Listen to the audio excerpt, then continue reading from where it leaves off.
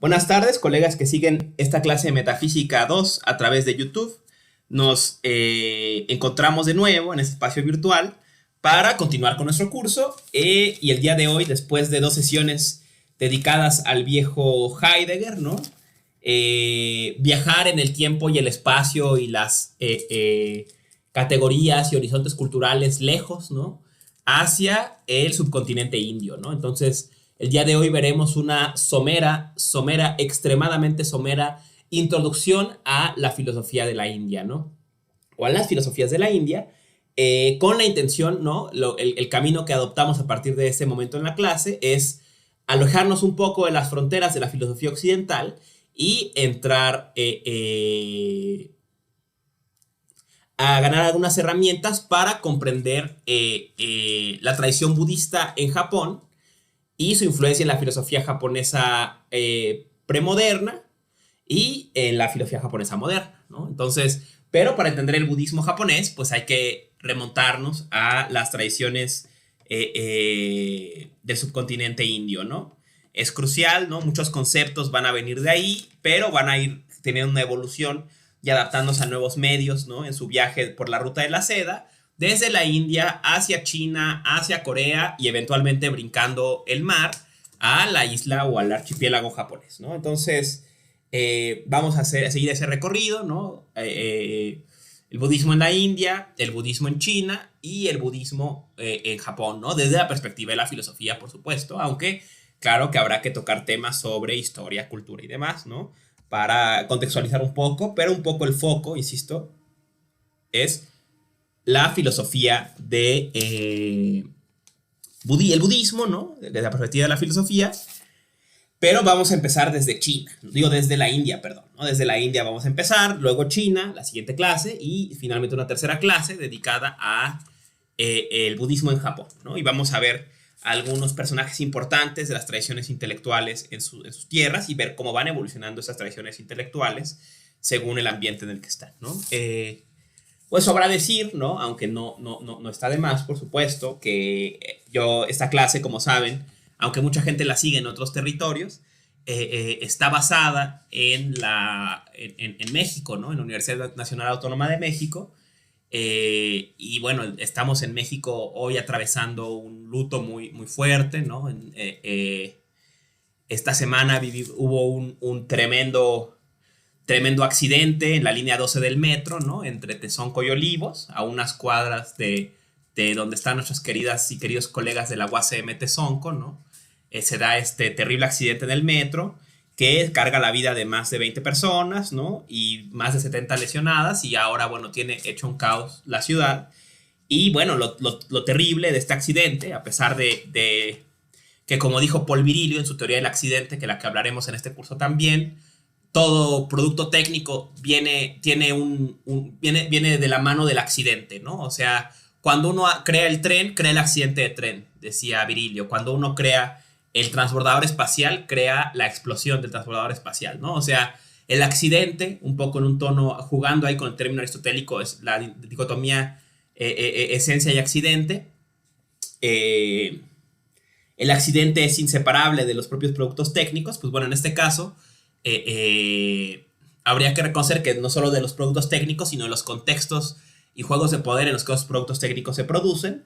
En este caso concreto, bueno, pues es evidente que el accidente está conectado con la corrupción de los gobiernos, empezando por el antiguo jefe de gobierno, ahora representante del extranjero de México, Marcelo Ebrard, ¿no? Que arrancó este proyecto, ¿no? Y lo entregó hecho con materiales de quinta, impuesto a los pueblos y comunidades de los territorios de Tláhuac, y bueno, con objetivos evidentemente políticos más que urbanísticos o lo que sea, ¿no?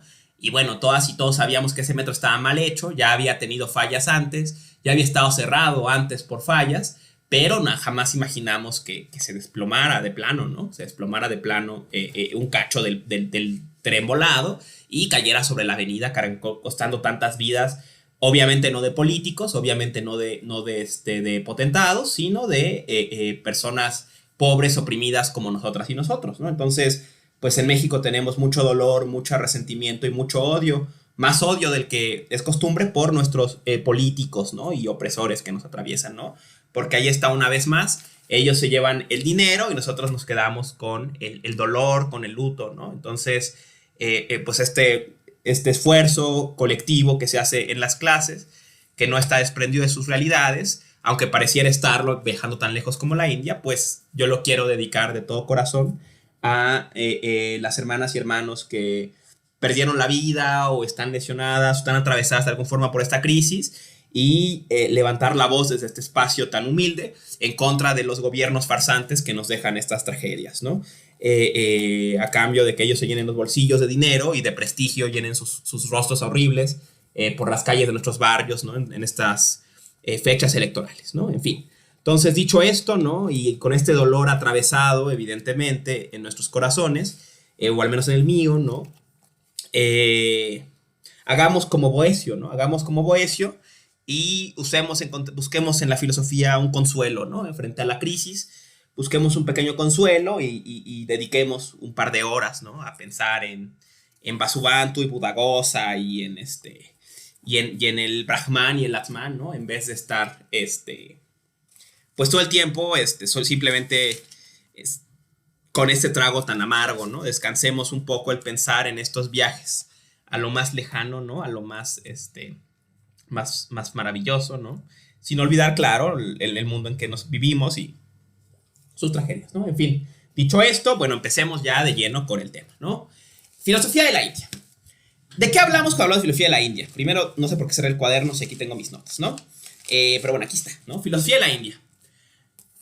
Por filosofía de la India, entendamos, recordemos una discusión que tuvimos antes en el curso pasado sobre la noción misma de filosofía, ¿no? O sea, cómo puedo entender filosofía en un sentido restringido como una práctica intelectual, cultural que se desarrolla, que nace con Tales, que pasa por Platón, por Aristóteles, por Agustín, por Avicenas, por Hammurabi, por Tomás de Aquino, por Descartes, bueno, por Pico, por Ficino, por Descartes, Kant, Spinoza, Kant, Hegel, Fichte, etc., etc., y que continúa encerrada en las universidades de nuestros tiempos, ¿no?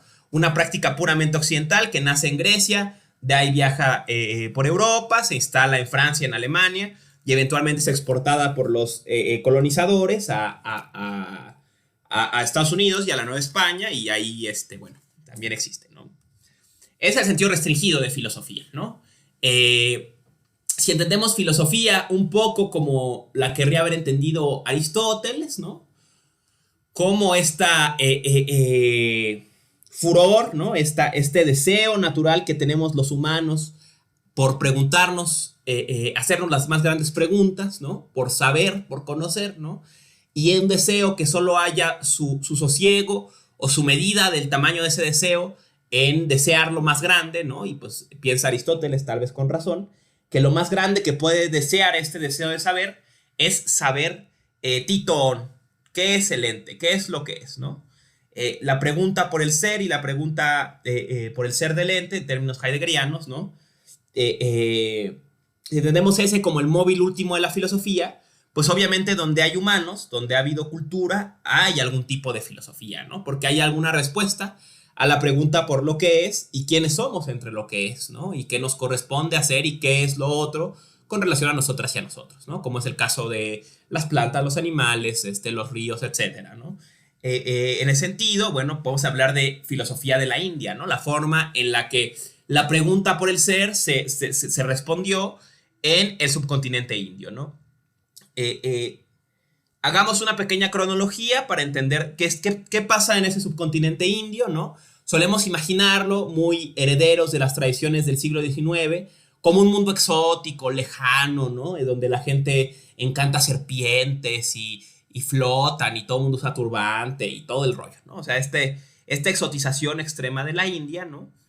Pero digamos del mundo asiático, probablemente la parte más cercana a Occidente, o sea, la parte que sirvió siempre como una suerte de bisagra entre este mundo asiático misterioso, oculto, mágico, místico, y el mundo occidental racional, etcétera, ¿no?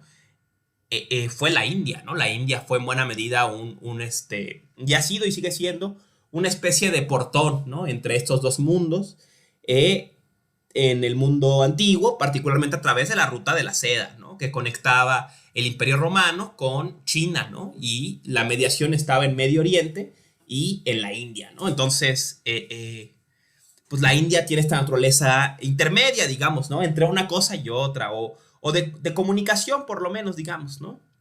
Es una membrana permeable entre estos dos mundos, ¿no? Alrededor del 3300 a.C. se puede empezar a hablar de la llamada cultura del Valle Indio, ¿no? Estos son los primeros asentamientos permanentes de seres humanos, ¿no? Algunos más antiguos localizados en la región que actualmente es Pakistán.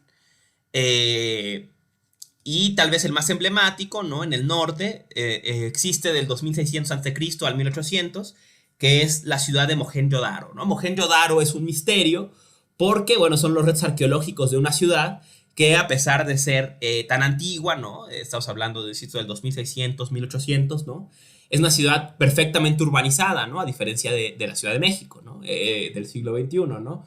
Perfectamente urbanizada, ¿no? Con un plano cuadriculado.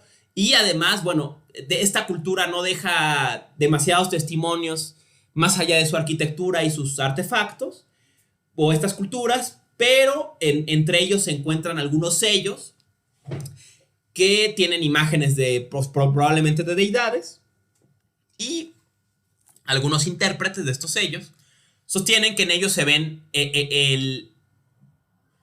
formas antiguas de lo que luego serían los dioses tradicionales de la India, ¿no? Particularmente la Trimurti, de la que hablaremos después, o sea, Brahma, Shiva y Vishnu, ¿no? Estas tres deidades, ¿no? Brahma, Vishnu y Shiva, más bien sería lo correcto decir, ¿no? Brahma, Vishnu y Shiva, ¿no? Entonces, que habría ya imágenes que recuerdan a estas deidades, particularmente a Vishnu y a Shiva, en los sellos encontrados en Mohenjo-Daro, ¿no? Esto haría que algunas conexiones culturales, habría alguna hilo conductor o conector de las culturas desde la época de las culturas del Valle Indio, pero bueno, esto está todavía a debate, ¿no? Que tanto hay conexión, pero bueno, estaba habitado hasta 1800 a.C., la gran ciudad de Mohenjo-Daro, de estas culturas del Valle Indio, ¿no? Antiguas, ¿no? Tan antiguas, ¿no? Alrededor del 1500 a.C., entre el 1500 y el 500 a.C., los pueblos protoindoeuropeos, también conocidos como pueblos arios, emigran, ¿no? Desde la meseta europea en todas las direcciones, y una de esas direcciones los lleva al subcontinente indio, ¿no? Entonces, estos pueblos que en su momento también fueron la semilla de Grecia, ¿no? De muchas otras culturas, se asientan también en el subcontinente indio, ¿no? Entonces habría ahí una conexión arcaica entre el mundo griego, ¿no? Y el mundo occidental, y estos pueblos arios, ¿no? Instalándose también en el subcontinente indio, ¿no? Esta conexión es muy clara, ¿no? Y el ejemplo más claro de ella es el sánscrito, ¿no? El sánscrito, la lengua ritual de estos pueblos, ¿no? De alguna forma se resguarda, ¿no? O en la lengua se guarda, ¿no? Por ejemplo, en las llamadas raíces protoindoeuropeas, ¿no? Una conexión entre el sánscrito y el griego, por ejemplo, ¿no? Y obviamente el latín y muchas otras lenguas tienen esta raíz protoindoeuropea, y con ello una conexión cultural con estos pueblos protoindoeuropeos o arios, como se les quiera llamar, ¿no? Que se instalan, entre otros lugares, en el subcontinente indio, ¿no? Con ellos, aparte del sánscrito, que al parecer para el momento en que se instalan ya era una lengua muerta con una función preeminentemente ritual, traen el sánscrito y traen otro componente cultural fundamental, que son los Vedas, ¿no? Los Vedas son los libros sagrados de estos pueblos, ¿no? Y estos textos sagrados van a codificar toda su cultura, ¿no? O sea, van a contener, ¿no? O sea, por ejemplo, el Rig Veda, ¿no? El más antiguo, más o menos desde el 1500 a.C., ¿no? Contiene poesía, contiene ceremonias, contiene oraciones, y también va a contener temas filosóficos, ¿no? de los que hablaremos adelante, serán tema de este primer momento de la sesión, ¿no? Pero volviendo un poco a esta cronología, ¿no? Después de 500 a.C., ¿no? Se da el proceso de formación de la cultura india, ¿no? Con el nacimiento de las ciertas reinos independientes, eventualmente unificados en un imperio, con una serie de tensiones internas, de unificación y separación, ¿no? Y también será la época de oro de la cultura india, ¿no? La época de oro de la literatura, de la ciencia, de las artes, ¿no? De la filosofía, ¿no? Hasta en 1206, ¿no? De 1206 a 1526 va a haber un gran cambio en la cultura de la India, que ya está bastante cimentada para este momento, ¿no? Iba a ser la llegada de la instalación del sultanato de Delhi, ¿no? Esto es la entrada del Islam y cómo el Islam va a chocar, ¿no? Con todas las religiones y tradiciones filosóficas, intelectuales, culturales, etcétera, que se van a haber gestado en la llamada época de oro del mundo indio, ¿no? Después del asentamiento de los arios, hasta el sultanato de Delhi, ¿no? Se instala el sultanato de Delhi. En 1526 pasa el subcontinente a manos de los mongoles, hasta más o menos 1707, y finalmente durante ese tiempo también llegan las primeras misiones del occidente moderno, primero portugueses, y eventualmente, bueno, va a entrar la India en el radar colonial del mundo moderno. Evidentemente, claro, no, la India no era desconocido, sabemos de la misión de Alejandro Magno sobre la India, en fin, y la ruta de la seda, pues no era desconocido ni estaban separados, había comercio, pero digamos es en esta época, con la llegada de los portugueses por mar, que empieza a verse como un baluarte interesante ya no solamente del comercio, sino colonial, ¿no? Este deseo colonial lo logra completamente el Reino Unido, ¿no? A través de la Compañía Británica de las Indias Orientales, que se instala en 1845 y que va a ejercer su poder colonial sobre la India hasta la independencia con Gandhi y todo el rollo en 1947, ¿no? Entonces vemos, ¿no? Un poco las culturas que han atravesado la India y los juegos de poder que han estado ahí en vigor, ¿no? Y pues evidentemente esto ha afectado el desarrollo de la cultura, ¿no? Básicamente nosotras y nosotros llamaremos nuestra atención sobre lo que pasa en la llamada época de oro, ¿no? O sea, de la llegada de los arios al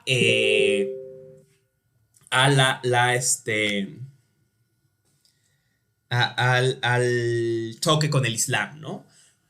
En esta época, ¿no? La cultura o el eje cultural fundamental van a ser los Vedas, ¿no? O sea, el referente, los libros sagrados fundamentales van a ser los Vedas, y toda la filosofía, la religión, la cultura va de algún modo a abrevar de los Vedas, ¿no? De los textos sagrados, y eso, ¿no? Los Vedas, decíamos, ¿no? Tienen contenidos de todo tipo, ¿no? Rituales religiosos, históricos, ¿no? Etcétera. Que aquí toca un tema relevante, ¿no? Vedas se escribe con V, ¿no? Los Vedas. Pero, ¿no? Si hubiera que resumir, ¿no? La propia tradición india, ¿no?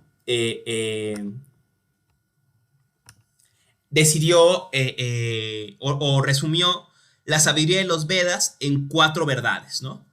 Llamadas los Mahavakyas, o los grandes verdades o máximas, ¿no?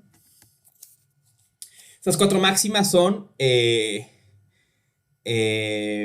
Prajnaham, Brahma, esto es, Brahman es sabiduría.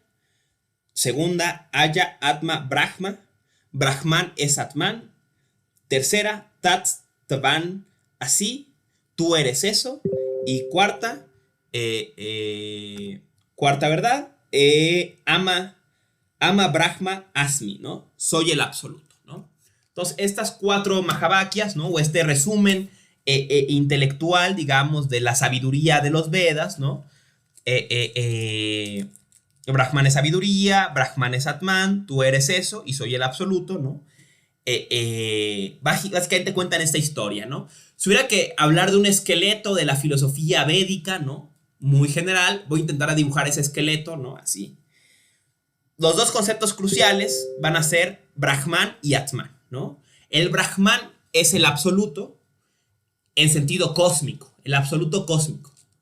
Y el Atman es el absoluto personal, o sea, eso absoluto o lo absoluto en mí, digamos, ¿no? En el interior de mi cuerpo, de mi conciencia, como se le quiera llamar, ¿no? Y vemos, ¿no? Tal vez una de las claves fundamentales es el reconocimiento de la segunda verdad, que es Brahman es Atman. Esto es, la sabiduría védica va a identificar el absoluto cósmico con el absoluto individual. ¿Qué quiere decir esto? Que a través de algún tipo de prácticas o de interiorización de algún tipo, ¿no? Puedo encontrar en mí el absoluto cósmico o el absoluto, o digamos, el fondo, en términos cristianos, el fondo de mi alma es el fondo del universo, dicho en otros términos, ¿no? Si se quiere, ¿no? No sé, ¿no? O sea, entonces, Brahman es Atman, ¿no? Brahman es sabiduría, esto es, Brahman tiene un orden, digamos, pero además es inteligible ese orden, ¿no? O sea, el absoluto es racional, digamos, ¿no? En términos hegelianos, lo real es racional, podríamos decir. Algo así es la primera gran verdad de las Mahabhakyas. Ya dijimos, Brahman es Atman. Tú eres eso, es otra forma de poner desde la perspectiva de la segunda persona la otra verdad, ¿no? O sea, tú eres eso, ¿no? O sea, hay algo en ti que es todo, dichos términos, o que es el absoluto, ¿no? Y bueno, la tercera, más clara podría ser, Ahma Brahma Asim, ¿no? Soy el absoluto, soy el Brahman, ¿no? Entonces, esto va a dejar para las tradiciones intelectuales, filosóficas, védicas, ¿no? O herederas de los Vedas, herederas de estos textos sagrados de los arios, que van a ser la base de la época de oro del mundo indio, ¿no? Va a dejar tres elementos, ¿no? Para jugar, ¿no? O tres componentes básicos del universo, ¿no? Que tienen que, el segundo base es Aya Atma Brahma, Brahman es Atman, ¿no? De la que hemos hablado abundantemente, ¿no? Entonces decía, ¿no? Va a dejar tres componentes en el cosmos indio, o tres tipos de componentes, ¿no? Por decirlo así, ¿no? ¿Cuáles son esos tres tipos de componentes? Va a ser el Brahman, ¿no? Ya lo dijimos, el absoluto cósmico, el Atman, el absoluto personal, y un tercer componente que va a ser el mundo fenoménico, ¿no? El mundo de las apariencias. Entonces va a ser un mundo con tres componentes. De esos tres componentes sabemos ya que toda tradición védica va a equiparar dos, ¿no? O sea, Brahman y Atman. Ya sabemos que según la segunda verdad de segundo Mahabhakya, ¿no? Brahman es Atman, ¿no? O sea, el absoluto cósmico y el absoluto personal son lo mismo, ¿no? El tema va a estar en qué relación ostentan este absoluto cósmico identificado con el absoluto personal con el mundo fenoménico, ¿no? O sea, con el mundo, cómo se nos presenta, el mundo de las apariencias, ¿no? Y aquí van a ser dos tipos de escuelas filosóficas en las tradiciones indias, ¿no? La escuela Dvaita y la escuela Advaita, ¿no? La escuela dualista, Dvaita, y la escuela Advaita, no dualista, ¿no? Ahora, aquí el dualismo no lo estamos diciendo en términos occidentales, ¿no? Entre res cogitans y res extensa, cuerpo y alma, sino entre el mundo real, ¿no? Absoluto, digamos, y la apariencia de mundo, ¿no?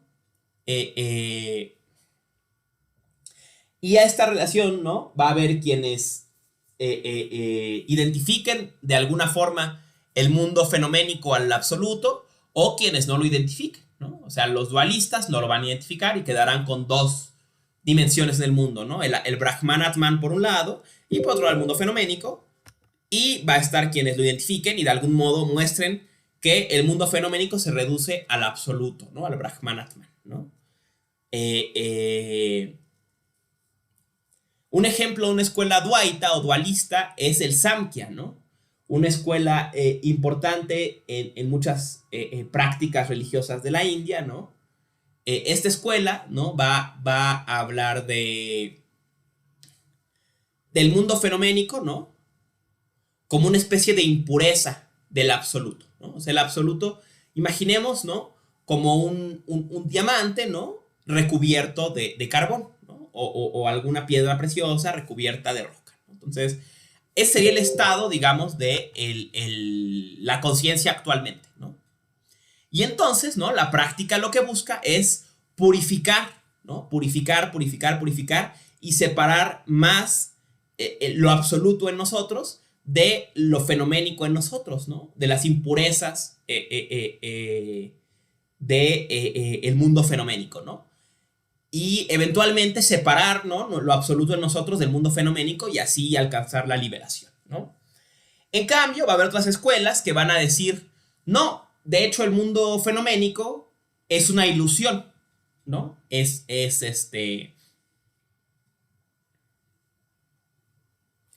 una bruma, ¿no? En Maya, ¿no? Aquí entra la idea de Maya o del velo de Maya, ¿no? Es una impureza, ¿no? O sea, de hecho, digo, es una bruma, de hecho es una ilusión. Si tú te dedicas al conocimiento, descubres que de hecho ese mundo no tiene una realidad sustantiva, sino es solamente una ilusión y lo único que hay es lo absoluto, ¿no?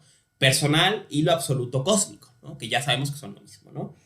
Y otra escuela que dirá, no, el mundo fenoménico de hecho tiene algún tipo de peso ontológico, pero ese peso ontológico lo tiene porque es una expresión del absoluto. El absoluto utiliza el mundo fenoménico para expresarse, ¿no? Esto, en varias escuelas místicas o tántricas van a creer eso, ¿no? Que el mundo es un juego de expresión, el mundo fenoménico, de expresión de el absoluto, ¿no? Que voy a utilizar técnica, ¿no? A las escuelas filosóficas en la India se les llama darshanas, ¿no? Los darshanas. Y hay darshanas de dos tipos, ¿no? Darshanas ortodoxos, ¿no? Los darshanas ortodoxos o las darshanas ortodoxas son escuelas filosóficas que van a aceptar las 4 Mahavakyas, ¿no? O sea, que van de algún modo a estar dentro del canon de los Vedas, ¿no? Plenamente, esto es, van a reconocer que el Brahman es sabiduría, que Brahman es Atman, que tú eres eso y que yo soy el absoluto, ¿no? Estos 4 ítems van a ser reconocidos, ¿no? Y luego darshanas heterodoxos, que van a ser tradiciones intelectuales, que son herederas de los Vedas, ¿no? Por supuesto, que van a tomar conceptos, lo que sea, ¿no? De la tradición védica, de la tradición del hinduismo, pero que van a negar alguno de los Mahavakyas, ¿no? Van a cuestionar alguno de los Mahavakyas. Veremos esto más en detalle adelante, pero concretamente hay el darshan heterodoxo que nos va a ocupar en esta sesión, va a ser el budismo, ¿no? El budismo, por más que es heredero de la tradición védica, que va a adoptar conceptos, que va a participar de discusiones, que va a adoptar figuras míticas y demás, y en muchos se va a parecer en sus intenciones salvíficas, religiosas y lo que sea, va a negar uno de los Mahavakyas, ¿no? Y con ello va a romper con el canon de los Vedas, ¿no? ¿Qué Mahavakya va a atacar? Lo veremos a detalle adelante, pero básicamente el concepto de Atman o absoluto personal, ¿no? Pero dejemos eso por ahora, ¿no? Entremos ahora a otras características, ¿no? Ahora ustedes dirán, ¿no? O sea, yo te oigo hablar de Brahman y de Atman y todo este rollo, ¿no? Pero siempre que yo he visto la región de la India, ¿no? Veo al señor que tiene muchos brazos y al que es un elefante o tiene cabeza de elefante y al que está montado en una rata y todo eso, ¿no? Esos señores, ¿dónde están, no? O sea, ¿por qué hablar de estos conceptos y no de ellos, no? Aquí viene una cuestión, ¿no? O sea, los Vedas, en los Vedas no aparece Shiva, no aparece Vishnu, no aparece Ganesh, no aparece ninguno de ellos, ¿no? Ellos son parte, digamos, de la interpretación popular, ¿no? De los Vedas, ¿no? O sea, los Vedas sí reconocen a deidades, ¿no? Pero no son las deidades clásicas de la India, ¿no? Pero la idea de estas deidades clásicas son en el fondo manifestaciones o expresiones míticas de el principio absoluto del universo, ¿no?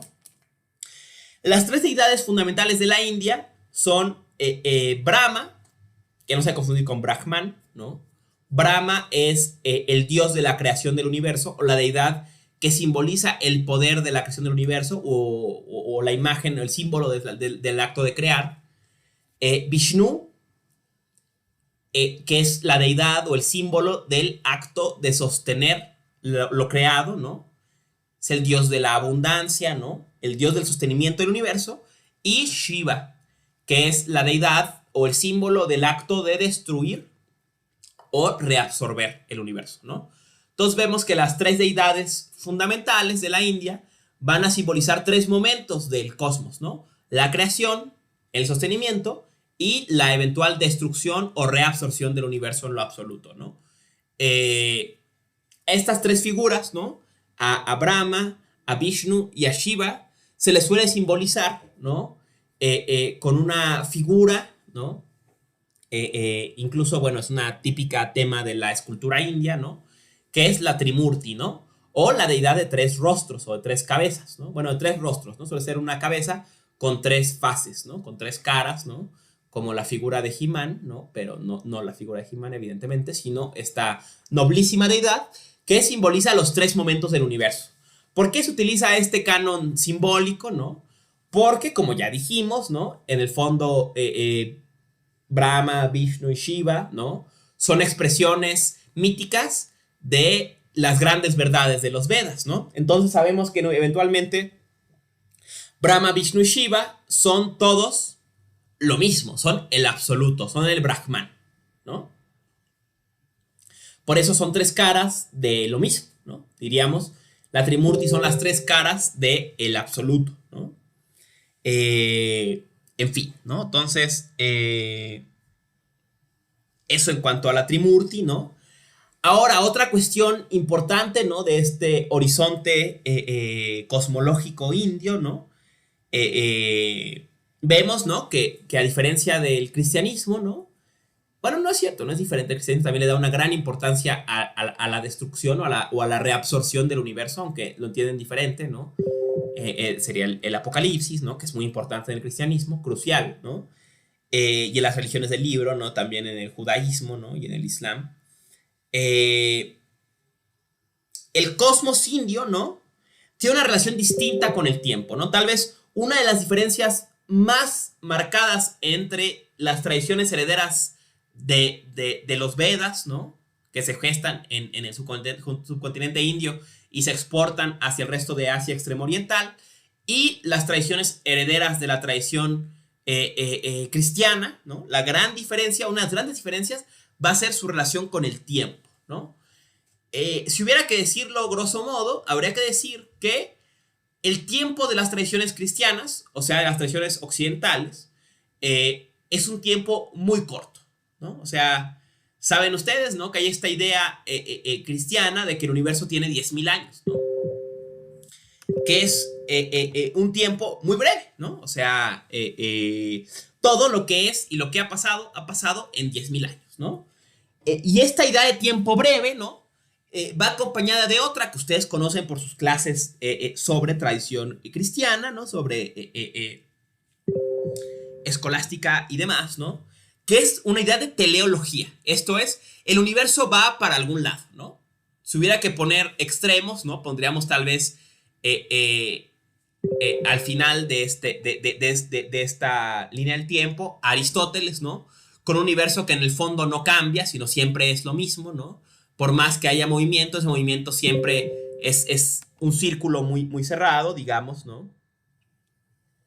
Luego tendríamos el cristianismo, que tiene un tiempo lineal muy limitado, ¿no? O sea, que empieza con el acto de creación, se dan los pactos entre, típica esa idea de Joaquín de Fiore, ¿no? O sea, entonces Dios, primero nos llevamos bien con Dios, luego comimos la manzana y nos peleamos, luego hicimos no sé qué y hicimos las paces, luego otra vez nos peleamos, luego y así, ¿no? Habría sido este proceso hasta llegar a la llegada de Jesús y eventualmente al juicio final, al Apocalipsis, y ya se acabó, ¿no? Es un universo breve, digamos, y por breve también teleológico, ¿no? O sea, que va dirigido hacia algún lado, ¿no?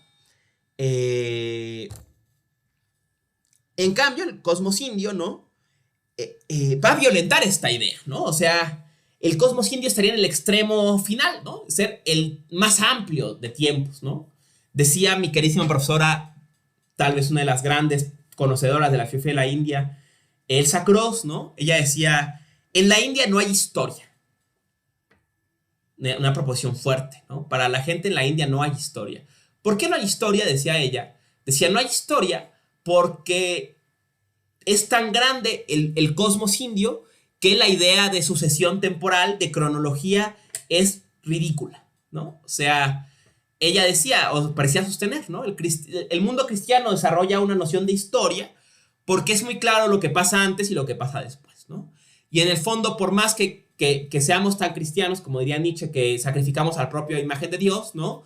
Conservamos su idea de teleología, ¿no? Entonces, primero fue la independencia, luego fue la reforma, luego fue la revolución y luego el gobierno de López Obrador, ¿no? O sea, se dan cuenta por más que, bueno, es mal ejemplo porque López Obrador es evidente sus temas cristianos, ¿no? Pero quiero mostrarles cómo sigue el tema de teleología o la lectura o la mala lectura de Marx, ¿no? Primero fue el esclavismo, el comunismo primitivo, el esclavismo, el modo asiático de producción, el feudalismo, el capitalismo y entonces el socialismo y su última etapa que es el comunismo, ¿no? O sea, se dan cuenta como es una noción súper cristiana, teleológica, ¿no? De un tiempo que va a algún lado y para que vaya a algún lado tiene que tener un principio y un fin, ¿no? Y para que esos principios y fin sean visibles para los humanos, pues tienen que ser un tiempo muy corto, porque los humanos vivimos muy poquito, ¿no? Entonces, pues bueno, si no 10,000 años, ¿no? Los comunistas todavía lo pensaban en menos, ¿no? No sé, ¿no? En fin, ¿no? Entonces son ideas teleológicas, ¿no? Del tiempo occidental de herencia marcadamente cristiano, ¿no? En cambio, Elsa decía, ¿no? Que si tú le preguntabas a alguien en la India, honestamente, ¿y cuándo empezó el universo? Te contestaría ¿cuál? ¿Cuál de todas las veces? Tú dirías, a ver, ¿cómo? Dirías, sí, es que el universo empezó con un huevo que flotaba en un mar primigenio. Pero también empezó porque a Shiva se le cayó un vaso de leche de la mesa. Y también empezó porque Vishnu una vez hizo no sé qué, ¿no? Si es, no, espérate, pero ¿cómo pasaron todas estas cosas? Te diría, bueno, es que el universo empezó muchas veces, ¿no? O, por ejemplo, ¿qué pasó primero? Entonces, ¿esta historia de Shiva fue primero que esta? Diría, no, o sea, pasaron en otros tiempos, ¿no? Y aquí un concepto crucial para entender el tiempo en la India es el concepto de kalpa. Kalpa o era cósmica, ¿no? El concepto de kalpa o era cósmica, ay, dioses, ¿por qué están escribiendo tanto? Bueno, no importa. Disculpen el chat que me están escribiendo. No puedo, tengo que quitar las notificaciones, pero bueno, ahorita no lo puedo hacer del Telegram, ¿no? El concepto de kalpa, ¿no? O era cósmica, ¿no? Es un lapso de tiempo larguísimo, ¿no? Al punto que no hay un canon de cuánto dura un kalpa, ¿no? O sea, no es como, dura 5 años, ¿no? O dura 3 vueltas al sol, ¿no? Dura miles y miles de años o millones de años, o hay quien decía que si con un trapo limpiaras una montaña, no sé qué montaña, cada 100 años, cuando acabaras, eso sería un kalpa, ¿no? Muchísimo tiempo, ¿no? Unidad de tiempo tan grande que no tiene sentido hacer una medición clara, ¿no? Y el cosmos indio está constituido por infinitos kalpas, no solamente hacia el pasado y hacia el futuro, sino incluso se va a reconocer la idea de universos contemporáneos, ¿no? La idea de que hay kalpas o eras cósmicas que son contemporáneas, ¿no? O sea, universos paralelos, ¿no?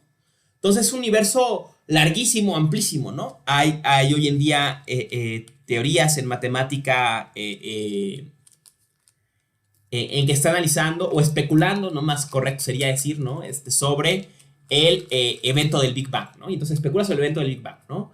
Hay consenso y hay evidencias a partir de la huella de microondas en el universo de que hubo un acontecimiento, una especie de explosión que dio inicio al universo, ¿no? A los primeros elementos, que después y a la expansión de un montón de materia, que poco a poco, a partir del efecto gravitacional, se fue asociando y generando supercúmulos de galaxias, estrellas, planetas, etc., hasta llegar a nuestro tiempo, unos billones de años después, ¿no? ¿No? Esta idea del Big Bang, ¿no? Pero hay hoy especulación en matemáticas sobre qué generó este evento, ¿no? Este evento de organización de la materia de esta forma como se organizó en nuestro universo, ¿no? Y la idea de que desde la aún en pañales teoría de cuerdas, ¿no? Y que es solamente una teoría, no tiene todavía demasiada, o sea, está todavía en proceso de ser evaluada, ¿no? De la posibilidad de que en ese acto se hubieran creado muchos otros universos, ¿no? Con variables distintas o condiciones distintas, ¿no? No, discúlpenme, soy maestro de filosofía, no de matemática dura, ni nada de eso, entonces no entiendo a fondo esa teoría, pero a grandes rasgos lo que entiendo es la idea, la hipótesis, la especulación, más que hipótesis, ¿no? De que en el acto de creación de este universo se crearon muchos universos contemporáneos en que las cosas son desde ligera hasta radicalmente distintas, ¿no? Bueno, esta idea estaba presente ya en la India, ¿no? O sea, la idea de que hay muchos cosmos, muchos universos, y hacia el pasado, hacia el futuro y contemporáneos, ¿no? Entonces, toda idea de teleología en la historia en la India es un poco ridícula, ¿no? Se suele decir, decía Elsa, que el tiempo es cíclico, pero eso es incorrecto, porque no es un círculo, es una especie, ella decía, como de espiral expansiva, ¿no? O sea, claro que se vuelven sobre los mismos temas, ¿no? O sea, el universo se vuelve a crear, pero siempre se crea diferente, ¿no? Claro que se vuelve a pasar otra cosa, pero siempre pasa algo diferente, pero también a cierto punto igual, ¿no? Es problemático, ¿no? Pero el punto, ¿no? Es esta idea de muchos universos, ¿no? Y esto va conectado, recordamos, decíamos, uno de los componentes de la Trimurti es Shiva, ¿no? Shiva, la deidad de la reabsorción del universo, ¿no? O de la destrucción del universo, ¿no? En la tradición cristiana, ¿no? Y heredera del cristianismo, pareciera que esa destrucción siempre es vista como algo tal vez necesario, que va a pasar, pero que, pues, no sé, ¿no? O sea, como con una cierta ambigüedad, ¿no? Para un cristiano ortodoxo, pues lo deseable es que el mundo se acabe y entre antes mejor, ¿no? Pero siempre estás con una actitud rara, ¿no? ¿Cómo vamos a rendirle culto a la destrucción del universo, ¿no? Aunque en cristianismo hasta cierto punto lo hacemos, ¿no? Pero es más ambiguo, ¿no? En la India es claramente algo deseable la reabsorción del universo porque es un momento del cosmos, ¿no? En que el cosmos vuelve, digamos, a reunirse en lo absoluto y desde esa reunión en lo absoluto vuelve a empezar en otro acto creativo y de sostenimiento, ¿no? Entonces, por eso es tan importante la deidad de la disolución, ¿no? Porque la disolución en el cosmos indio es vista como el regreso al Brahman, al absoluto cósmico, ¿no? Entonces, es importante o es deseable o es digno de veneración esta posibilidad o este hecho, ¿no? De que el universo se va a reabsorber o a regresar a lo absoluto, ¿no? Entonces, esa cuestión, ¿no? Para terminar este vuelo de pájaros sobre las tradiciones védicas y entrar de lleno al budismo, ¿no? Mencionemos algunos conceptos sánscritos típicos de las tradiciones védicas, ¿no? Y que también, como heredera de la tradición védica, van a estar muy presentes en el budismo, ¿no? Que suelen ser de uso coloquial al punto que a veces no sabemos qué significa, ¿no? Entonces vamos a ver qué significa, ¿no? Primer concepto, Dharma. ¿Qué significa Dharma, no? El concepto Dharma tiene... la definición más clara de Dharma sería como... es una definición muy hegeliana, ¿saben? O sea... Sería como determinación racional de una cosa, de la coseidad de una cosa, ¿no? Esto suena raro, ¿no? Pero el campo semántico de Dharma puede ser cosa, cualidad de una cosa, o sea, su color, su sabor, su textura, ¿no? Y también puede ser algo un poco más abstracto, que es como razón o idea, ¿no? Y eventualmente Dharma con mayúscula, ¿no? O sea, cuando Dharma se pone con mayúscula, suele referirse a la idea o a la tradición intelectual, ¿no? Por ejemplo, en el budismo, el Dharma, el Buda Dharma, cuando se pone Dharma con mayúscula, se refiere a la enseñanza de Buda, ¿no? Ahora, ¿por qué, no? Estos... Hay también otro concepto de Dharma, es determinación de uno, ¿no? O sea, o camino en la vida, ¿no? Vamos a ver con tus conceptos se relacionan, ¿no? Entonces, cosa y cualidades de la cosa, lo puedes imaginar, insisto, otra vez en una idea muy hegeliana, ¿no? ¿Qué es una cosa? ¿Qué es una manzana? Sino la suma de su color, su sabor, su textura, su olor, ¿no?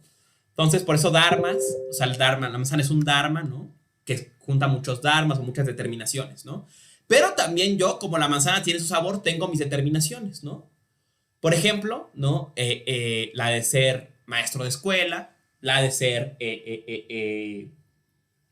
padre de familia, ¿no? Tengo un gato, ¿no? Entonces, soy padre de familia, soy padre soltero de una gatita, ¿no? Entonces, tengo esa determinación en mi vida, ¿no? Pero eventualmente yo puedo decidir seguir la determinación de vida de las enseñanzas de Buda, ¿no? Entonces, sigo el camino de Buda, el Buda Dharma, ¿no? Pero ahí está, ¿no? Entonces, los dharmas se refiere a las cosas, pero las cosas como se nos presentan a nosotros, ¿no? Como determinaciones fenoménicas, digamos, ¿no? Y también a las determinaciones que tenemos nosotras y nosotros, ¿no? O sea, cómo determinamos nuestra vida, ¿no? Como maestro de escuela, como ama de casa, como albañil, como lo que sea, ¿no? Un ejemplo que ilustre esta uso, ¿no? En las tradiciones védicas, ¿no? Cuando uno se quiere volver monje, ¿no? O dedicar su vida a la práctica religiosa, ¿no? Tienes que renunciar a todos tus dharmas, ¿no? Esto es, no lo puedes hacer sin renunciar a tu lugar en la sociedad, ¿no? O sea, a tu casta, a tu herencia, a tu familia, a todo, ¿no? A todas estas determinaciones que te determinan como Emiliano, ¿no? Que tiene un montón de responsabilidades y gustos y todo eso, ¿no? Tendría que renunciar a eso para hacerme monje, ¿no? Y seguir el Dharma de Buda, ¿no? El camino o la determinación de vida que da Buda o quien sea, ¿no? Entonces ahí está, concepto 1, Dharma. Otro concepto abusado desde la época de la era de Acuario y el New Age, ¿no? Es el concepto de karma, ¿no? Cuando se tropieza alguien y decimos que tiene karma instantáneo, ¿no? O el karma lo va a castigar o lo que sea. Bueno, ese concepto se ha abusado mucho. ¿Qué significa karma en sánscrito? Karma en sánscrito significa acción, la causalidad en la acción, ¿no? O sea, hacer algo es kármico, ¿no? O es una acción, digamos. Cuando yo hago algo, eso es karma o es kármico en el sentido de que estoy yo haciendo algo, soy un agente en el mundo, digamos. Cuando yo hago algo, eso es karma. Pero la idea que se va a generar en la cosmología india es que el karma, esto es nuestra acción en el mundo, nuestras actividades, dejan residuos. Y ese es el residuo kármico, digamos, o la carga kármica que lleva cada acción que hacemos, ¿no? Si lo piensan, esto tiene mucho sentido, ¿no? O sea, claro, yo puedo salir contigo una vez y luego ghostearte súper cabrón, ¿no? Disculpe la palabra, ¿no? O sea, puedo dejar de hablarte, ¿no? Es una acción que yo hago en el mundo, ¿no? Yo decido, ay, ni me gustó tanto, ¿no? Y entonces lo bloqueo del teléfono, ¿no? Y entonces ya Juanito nunca me encuentra cuando me escribe en el teléfono. Pero esa acción deja un residuo. Por ejemplo, mañana me entero que Juanito es el coordinador del colegio, ¿no? Seguro no le voy a hacer mucha gracia. Pasado mañana me entero que Juanito es el administrador de mi edificio. No le voy a hacer mucha gracia. Pasado mañana me entero que, no sé, ¿no? Que tengo que pedirle dinero prestado a Juanito, ¿no? Ya no me lo va a querer prestar, ¿no? Entonces, mi acción, ¿no? En este caso, ghostear a Juanito, ¿no? Generó un residuo, ¿no? O sea, dejó un residuo. No nada más quedó la acción y se agotó en el instante de la acción, sino dejó una consecuencia, un resentimiento ahí, ¿no? O sea, habría que decir, ¿no? Que el concepto de karma lo que dice es que toda acción deja algo en el mundo, ¿no? Ahora, en las tradiciones védicas ortodoxas, ¿dónde queda ese residuo? Ese residuo queda en lo que ellos llaman el cuerpo causal, que está asociado al Atman. Esto es al absoluto que soy yo mismo. Y entonces, por eso es comprensible la idea de que Emiliano hace algo muy malo, por decir ghostear a Juanito, ¿no? Pero, pues, nunca me encuentro a Juanito otra vez, ¿no? Entonces yo lo ghosteé y ya pues, no tuvo ningún efecto el hecho de que yo haya ghosteado a Juanito, nunca le tuve que pedir dinero, nunca trabajé para él, nada. Pero piensa las tradiciones védicas ortodoxas que en virtud de que hay algo en mí que no muere con mi muerte física, o sea que hay algo absoluto en mí, en eso absoluto que hay en mí y que subsiste a la muerte, se queda ese residuo. Imaginemos un sartén. Entonces, uno cocina en el sartén. Y en la mañana haces huevos. Y en la tarde haces un bistecito. Y en la noche haces unos biscuits. Y no estás todo el tiempo usando tu sartén, ¿no? El ejemplo mexicano paradigmático de esto es el comal, ¿no? Entonces uno usa su comal y su comal y su comal. Poco a poco, pues ese comal se va fregando, ¿no? O sea, se le va quemando el recubrimiento de abajo, se va cayéndole el teflón, ¿no? Entonces va que está más fregado tu comalito, ¿no? Eso haríamos, según el karma, con nuestro cuerpo causal, ¿no? Que está asociado a nuestro absoluto o a lo absoluto en nosotros, ¿no? Y ese cuerpo causal nos acompaña aún después de que morimos, ¿no? O a que morimos en el mundo fenoménico y continuamos nuestra vida en otro kalpa, en otro universo, ¿no? Pero llegamos a ese nuevo universo o a ese nuevo estado de cosas, ese nuevo kalpa, con el sartén pues ya medio madreado, ¿no? O sea, entonces la idea sería esa, ¿no? Esta es la idea de karma en la tradición sánscrita, es que en la tradición védica, perdón, ¿no? Particularmente la ortodoxa, es que karma es acción, esa acción genera un residuo, y en la tradición védica ortodoxa, ese residuo se queda en lo absoluto que es nuestro cuerpo y nos acompaña en nuestras siguientes vidas y con ello determina cómo viviremos esas vidas, ¿no? O sea, igual que en la medida en que tu comal se va quemando, ya cocina peor o disparejo, o lo que sea, o se le pegan el queso, no sé, ¿no? Igual, ¿no? Tú en tus siguientes vidas, según lo que hiciste, tu capacidad de accionar en el mundo se va a ver afectada, ¿no? Y de ahí, ¿no? Que esta idea de karma haya servido a las tradiciones indias, ¿no? Para legitimar el sistema de castas, ¿no? La idea es que el lugar que tienes tú en tu sociedad tiene que ver con los residuos que tienen tu acción, ¿no? Tu actuar, y entonces, pues eso legitima si te toca estar muy abajo, muy arriba, pues es tu lugar, ¿no? Porque es lo que trae arrastrando tu cuerpo, ¿no? Después de la muerte, ¿no? Tu cuerpo causal, tu cuerpo absoluto, ¿no? Es este karma, ¿no? Ahora, ¿qué hace uno con ese karma, no? O sea, ¿cómo se encarga uno, ¿no? De limpiarle el cochambre al sartén, ¿no? Sería la pregunta, ¿no? Y eso nos lleva al otro término del que se abusa bastante, ¿no? Y es ahora hasta usanza en los programas de mañana en la televisión, y es el término de yoga, ¿no? ¿Qué es el yoga, no? Yoga en sánscrito significa literalmente práctica. El término yoga se usa y se abusa de forma análoga a como se abusa el término de ascética, ¿no? Ascética significa, ¿saben ustedes? Práctica. Entonces, si dice práctica ascética, pues es un pleonasmo, ¿no?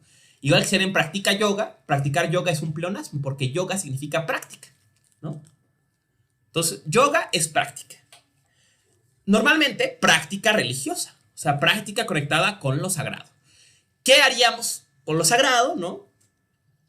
Pues básicamente purificar nuestro karma, o sea, nuestro cuerpo absoluto, y encontrar básicamente o redescubrir a través del yoga o de los yogas, de las prácticas, que Atman es Brahman, ¿no? Que es finalmente el tema, ¿no? O sea, que yo soy eso, ¿no? Que yo soy el absoluto, dice el cuarto Mahavakya, ¿no? Entonces, de un modo o de otro, lo que los yogas buscan es purificar el cuerpo absoluto, digamos, ¿no?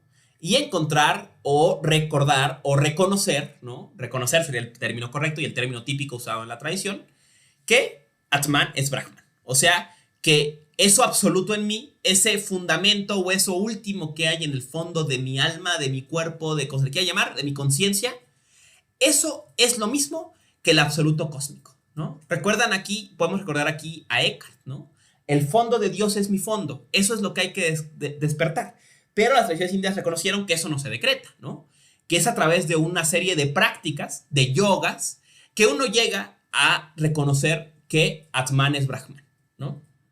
Y en última instancia, reconocer que Atman es Brahman es realizar la muerte en vida, digamos, ¿no? La función de Shiva, o sea, reabsorbernos en lo absoluto, ¿no? Que va con otro concepto también usado y abusado, particularmente gracias a Kurt Cobain y su gente, que es el concepto de nirvana, ¿no? La liberación, ¿no? Salir del mundo del samsara, de la muerte y la rueda de la muerte y la resurrección, en que estamos dando vueltas y vueltas y regresamos a este mundo con nuevas impurezas de nuestro actuar y todo ese rollo. Y eventualmente reconocer lo absoluto en nosotros, que Atman es Brahman, y reabsorbernos o extinguirnos, que es lo que significa nirvana, extinguirse, ¿no? Apagarse como una vela, ¿no? Y reabsorbernos a lo absoluto, ¿no? Sería, digamos, un poco la forma de salvación o de soteriología, de salvación del alma, ¿no? De las tradiciones védicas, ¿no? A través de los yogas, a través de las prácticas, purificar lo absoluto en nosotros y reconocer que Atman es Brahman, ¿no? Que lo absoluto personal en nosotros es el absoluto cósmico, y entonces alcanzar el nirvana, esto es, apagarnos, ¿no? Extinguirnos a la vida, a la muerte y resurrección en la que estamos atrapados, y ser lo absoluto, digamos. Tú eres eso, ¿no? Hay dos aquí preguntas, ¿no? Me dijo que Fer Cepeda se refería al Dharma, ¿no? Normalmente se utiliza aquí más bien karma, ¿no? La determinación de una acción. No es un término budista completamente, porque otras tradiciones van a creer en la idea del despertar, ¿no? O del nirvana, ¿no? Por eso les decía, ¿no? El budismo es una tradición védica, aunque no es una tradición védica ortodoxa. Si lo piensan, ¿no? O empiezan ya de lo poco que sepan de budismo, poco mucho que sepan de budismo, ya se pueden dar cuenta que el budismo está en la misma tradición intelectual, ¿no? O sea, entre el budismo y el Vedanta, las tradiciones védicas, hay una conexión como la que hay entre el judaísmo y el cristianismo, por decirlo así. Hay nociones fundamentales que difieren, pero están en la misma leitmotiv religioso, digamos, ¿no? Cultural, ¿no? Aquí lo mismo, ¿no? ¿Qué hace referencia a salvación? Sí, o sea, esta idea de salvación está presente, ¿no? Y va a haber muchas más de referirse a ella, pero básicamente tiene que ver con esta idea, ¿no? Con salir del mundo de muerte y resurrección, ¿no? Salir de este ciclo en que está atrapado el cuerpo absoluto a través del karma, ¿no? Y eventualmente, bueno, reidentificarse con lo absoluto, ¿no? Dirán las tradiciones dualistas o duaitas, ¿no? Que eso es un proceso de purificación de lo fenoménico en nosotros, ¿no? De abandonar, ¿no? Nuestras fijaciones al mundo fenoménico y encontrar lo absoluto en nosotros nada más, ¿no? Las tradiciones advaitas dirán que será un proceso de interiorización de algún tipo en que desaparece la ilusión del mundo fenoménico y reconocemos que solo es lo absoluto, y otras tradiciones no dualistas dirán que es reconocer que el mundo fenoménico es el mismo la expresión de lo absoluto. Como es ya la expresión de lo absoluto. Y una afirmación, digamos, de la inmanencia radical, en la que este mundo como es ya la expresión de lo absoluto, ¿no? Y bueno, estas tradiciones, insisto, no va a ser tan tajante esta caricatura que estoy pintándoles, sino va a ser más un matiz, ¿no? De cómo entender esto, ¿no? Ahora, ¿no? ¿Cuáles son los caminos para la liberación o cuáles son los yogas, ¿no? En el famoso en el Mahabharata, ¿no? ¿Es el Mahabharata? No, es en la Bhagavad Gita, ¿no? En este famoso episodio de la vida de Krishna, ¿no? Este episodio de la vida de Krishna, del que ya hablamos cuando vimos a Schopenhauer, ¿no? El episodio en que van a ir a guerra los dos reinos que son hermanos, pero entonces que la guerra y no sé qué. Ya hablamos de este episodio cuando vimos a Schopenhauer. Si no estaban en la clase, vean el video de Schopenhauer para más detalles sobre este episodio de la vida de Krishna, ¿no? Se lista, ¿no? En un momento se hablan de cuáles son los caminos, ¿no? O los yogas adecuados, ¿no? ¿Cuáles son los yogas que existen, ¿no? Se lista entonces a grandes rasgos el Jnana Yoga, el Karma Yoga, el Yoga de la Renuncia y el Bhakti Yoga, ¿no? 4 caminos para reconectarse con lo absoluto, 4 caminos para reconocer que Atman es Brahman, ¿no? El Jnana Yoga es el camino del intelecto, ¿no? El camino de la intelección, digamos, a través del pensamiento y del estudio, ¿no? El Karma Yoga es el camino a través de la acción sin acción, o a través de hacer cosas, pero sin hacerlas como un agente egocéntrico, digamos, ¿no? está el yoga de la renuncia, ¿no? Que tiene que ver con esta idea de separarse de las impurezas, ¿no? Esto tiene que ver mucho con las ascéticas más radicales en la India, ¿no? O sea, las prácticas de privarse de la comida, privarse del sueño, privarse de ir al baño, privarse de muchas cosas, ¿no? De algún modo te acerca a lo absoluto, ¿no? Una especie de menoscabar el cuerpo físico en favor de purificarlo y conectarse con el cuerpo absoluto. Alguien quería hablar, le recuerdo que está la grabación, si quieres ponlo en el chat, ¿no? O espérate a que ahorita termine la grabación para que no te quemes, ¿no? La segunda, ¿no? Era el Jnana Yoga, el Karma Yoga, ya saben ustedes que es karma, es acción, entonces es el yoga de la acción sin acción. Básicamente el yoga de la acción no egocéntrica, el yoga de, digamos, términos budistas, discúlpenme, estoy acostumbrado a esa tradición, ¿no? El yoga de la compasión, ¿no? El yoga de la renuncia, ¿no? Digamos, grosso modo. Y el yoga de la bhakti, ¿no? Este es interesantísimo. Se le llama el yoga de la devoción, el yoga devocional, pero es el yoga de la búsqueda erótica de Dios. O sea, la búsqueda de Dios no a través del intelecto, no a través de la acción, no a través de la privación, sino a través del eros, digamos, ¿no? Habría aquí que pensar en un tema platónico, ¿no? Un tema de banquete, ¿no? En que es a través del amor, a través de Afrodita, que encontramos a la deidad, ¿no? Hablamos también de este caso cuando vimos a Meister Eckhart, ¿no? Y hablamos de la llamada poesía devocional de la India, o la Bhakti, la poesía Bhakta de la India, ¿no? Y cómo tanto en las tradiciones de la India como en la tradición occidental, en el cristianismo preeminentemente, ¿no? Existe este fenómeno en la poesía mística de expresar su relación con lo sagrado en términos de una relación sexual con lo sagrado, con el amado, ¿no? Y hablamos del proceso de feminización en la poesía mística, tanto en Occidente, por ejemplo San Juan de la Cruz, como en la India, ¿no? Vimos un par de ejemplos de poetas que en su cultura se identificaban como hombres, pero que toman la posición de la doncella al escribir su poesía al amado, ¿no? Y el amado, obviamente, es la deidad, ¿no? Entonces, ¿no? Pues ahí está, ¿no? Está esta otra vía para llegar a lo sagrado, que es la vía erótica, ¿no? La vía del amor devocional, ¿no? En fin, ¿no? Entonces, con esto llegamos, ¿no? Un poco a una visión ultra global de lo que son las tradiciones védicas, ¿no? Muy exagerada, caricaturesca, ¿no? Que no reconoce matices, por supuesto, ¿no? Pero bueno, no es nuestro tema, ¿no? Lo que nos ocupa, ¿no? El resto de la clase, vamos a hablar sobre budismo, ¿no?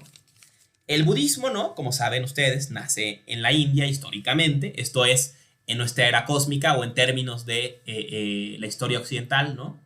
Aunque veremos que para los budistas el budismo es una cosa que existe en infinitos tiempos, infinitos kalpas, ¿no? Y que al final, pues hasta la palabra budismo sale sobrando, o es un término para designar este tipo de tradiciones espirituales, ¿no? Históricamente, ¿no? Al llamado Buda histórico, Siddhartha Gautama, se le ubica que debió haber existido en algún momento alrededor del siglo V a.C., ¿no? Esto es medio contemporáneo de Sócrates, ¿no? Más o menos, ¿no? En esta época habría existido el personaje de Siddhartha Gautama, ¿no? Como les decía, Siddhartha Gautama se le suele referir como el Buda histórico, ¿no? Porque Buda se refiere a el primer ser de un kalpa, de una era cósmica que alcanza el despertar, y que en virtud de que este ser alcanza el despertar, es una especie de promesa de que todos los seres de esa era cósmica podrán liberarse del sufrimiento, podrán alcanzar el despertar, podrán alcanzar el nirvana, ¿no? Eso es un Buda, ¿no? Un Buda es este ser, que es el primer ser en alcanzar el despertar, ¿no? Y lo que busca el budismo, ¿no? Es que todos devengamos Budas, ¿no? O que todos alcancemos el despertar y nos liberemos del sufrimiento y alcancemos el nirvana, ¿no? Grosso modo. Insisto, decía, se le llama Buda histórico porque en la tradición budista, ¿no? A tono con su herencia védica, se cree que este cosmos en el que vivimos, esta era cósmica en la que vivimos, es una de muchas, infinitas, ¿no? Entonces, hay muchos Budas del pasado, infinitos Budas del pasado, e infinitos Budas del futuro, e infinitos Budas incluso contemporáneos, ¿no? O sea, hay otros universos, digamos, en que hay otros Siddharthas. No necesariamente llamados Siddhartha, incluso en las tradiciones budistas se les suele dar nombre a los Budas del pasado, ¿no? A Budas de otras eras cósmicas que fueron los garantes de la liberación de esa era cósmica, pasada, futura, contemporánea. E incluso hay una figura mítica muy interesante que yo siempre he pensado que sería digna de un estudio hermenéutico filosófico, que es Maitreya, ¿no? Maitreya es el Buda del futuro. Es un concepto cosmológico budista de el Buda que viene. El Buda que viene, que es la promesa de la liberación al futuro, digamos, ¿no? Pero entonces hay muchos Budas, ¿no?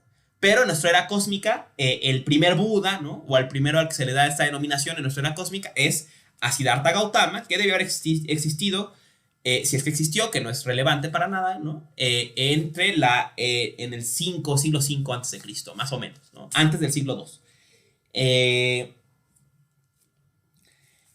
Buda, ¿no? Cristalizó su enseñanza en 4 nobles verdades, ¿no? Conocidas ya: la vida es sufrimiento, la causa del sufrimiento es el deseo, hay un camino para librarse del sufrimiento, y ese camino es el noble octuplo camino, o básicamente el Buda Dharma, o la vía de Buda, ¿no? La vida es sufrimiento, ¿no? Es un reconocimiento de nuestra condición actual, ¿no? O sea, el estado de vida que tenemos actual nos lleva a sufrir. La causa de que suframos es que deseamos o que nos apegamos a las cosas. Y hay una vía que nos libra de ese sufrimiento. Hay una forma de no sufrir, o sea, de no apegarnos. Y esa vía es la que Buda nos enseña, digamos, ¿no? Esta sería el evangelio de Buda. El evangelio de Buda es ese, ¿no? La vía de sufrimiento, la causa del sufrimiento es el deseo. Hay una vía para librar el sufrimiento y esa vía es el noble octuplo camino, ¿no? O el Buda Dharma, como se quiera decir, ¿no? Ahora, ¿cuál es el Buda Dharma, ¿no? Ese va a ser el debate de todas las escuelas budistas, ¿no? O sea, ¿cuál es ese camino que nos libra del sufrimiento, ¿no? El que sea, sabemos que tiene que librarnos también del apego, ¿no? Porque es el deseo o es el apego la causa del sufrimiento, ¿no? En sentido cosmológico, la noción, ya decíamos, ¿no? Que va a abandonar el budismo de las tradiciones védicas, ¿no? Lo que le va a volver un darshana heterodoxo, o un darshana que no sigue la línea completa de los Vedas, ¿no? Y va a volverle su propia tradición, va a ser el abandono de la noción de Atman. Esto es, el abandono de la idea de absoluto personal, ¿no? Contra esta noción, el budismo va a proponer la creativamente llamada noción de Anatman, o no yo absoluto, ¿no? O yo absoluto negado, ¿no? ¿Qué quiere decir esto? Lo que quiere decir es que para el budismo se niega que en el fondo de mí haya un absoluto personal.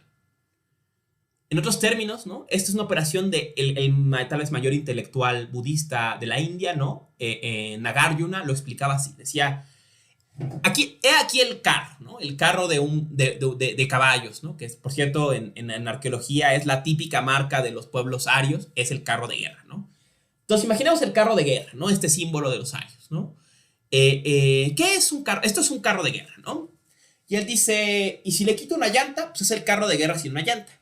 Si le quito otra llanta, es el carro de guerra sin llantas. Y si le quito el asiento, pues es el carro de guerra sin llantas, sin asiento. Y si le quito el techo, pues es el carro de guerra, ¿no? Y así, ¿no? Este juego de le quito todo, ¿no? Y entonces, dice Nagarjuna, ¿no? ¿Dónde está el carro de guerra? ¿Qué tornillo es el carro de guerra? ¿Qué clavo es el carro de guerra? ¿Qué plancha de madera qué polín es el carro de guerra? ¿Qué componente es el carro de guerra? Si le quito una pieza y no deja de ser, le quito otra y no deja de ser, eventualmente hay un momento en que desaparece. ¿Qué le quité? ¿No? Esta pregunta que saben, quien conoce de la tradición metafísica, sobre todo la tradición analítica contemporánea, sabe que es el problema del emergentismo, ¿no? ¿Qué le quito, qué le pongo, qué hace que emerja este otro componente que es el carro de guerra, ¿no? Dice Nagarjuna, nada, ¿no? Porque del fondo, kalpas, ¿cómo se llaman los ciclos cósmicos? Kalpas. ¿No? En el fondo, va a decir Nagarjuna, no hay sustancia, ¿no? Lo único que hay es un juego de relaciones, ¿no? Y lo mismo pasa con nosotros, ¿no? ¿Quién es Emiliano?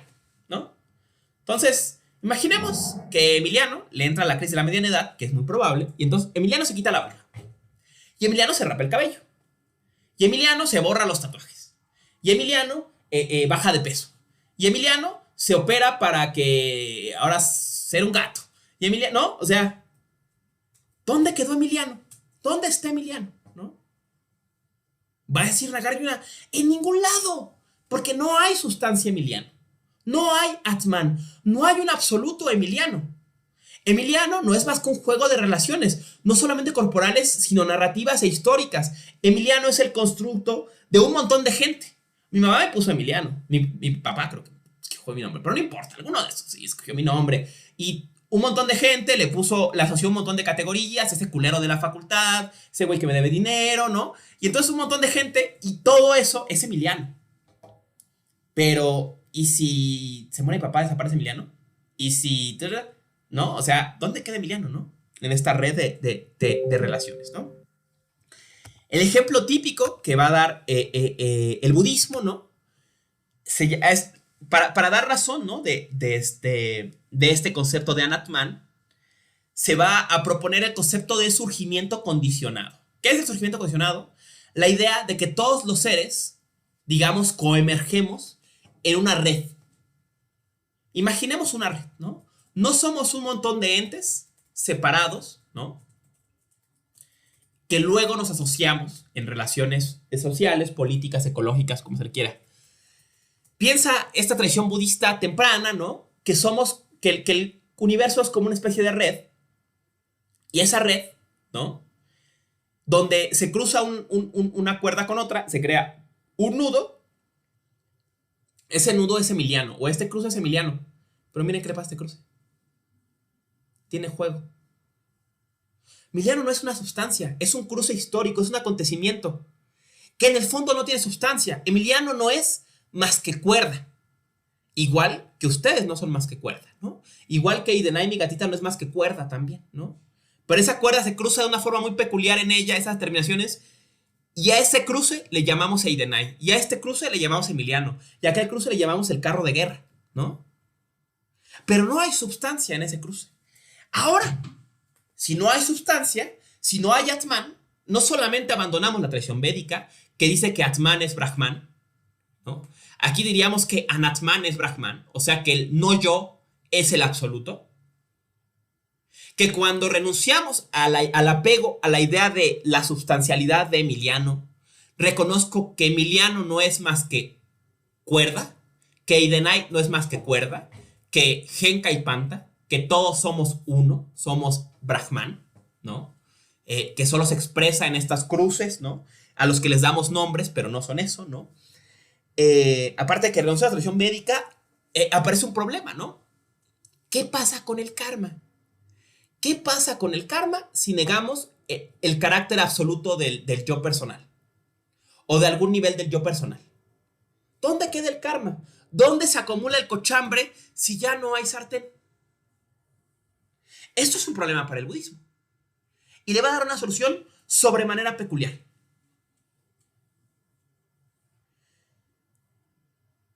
Si no hay... Bueno, hay dos consecuencias, ¿no?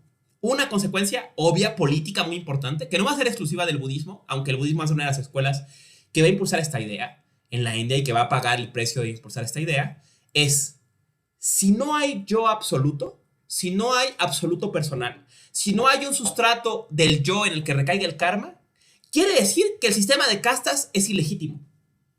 Quiere decir que no hay ningún motivo que legitime que una persona tenga el estatus de brahmin, o sea, de sacerdote, y otra persona tenga el estatus de limpiador de coladeras. Absolutamente.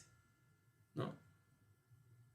Y entonces eso lleva a una gran revolución política en la India, en que distintas sectas van a desconocer el sistema de castas, ¿no? Porque el sistema de castas está fundamentado en una idea ontológica que ellos ya no reivindican, que es la idea de el Atman. Ahora, otra consecuencia, ¿no? Decíamos, entonces si ya no hay Atman, si ya no hay castas, entonces ¿dónde se va el karma? ¿Dónde se va el cochambre del sartén si ya no hay sartén? ¿No? Pues a toda la cocina, sería la idea, ¿no? Se va a toda la cocina, ¿no? Dice el budismo, ¿no?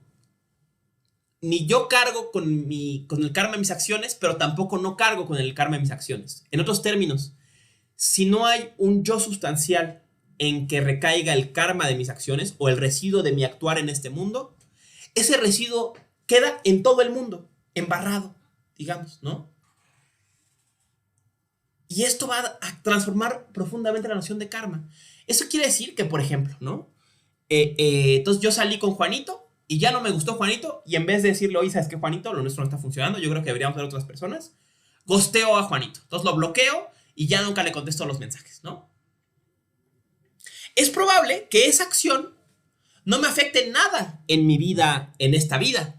Y es probable que yo, que ya no creo en el Atman, pues no haya que afecte en otra vida, ¿no? Porque no va a haber otra vida para Emiliano, ¿no?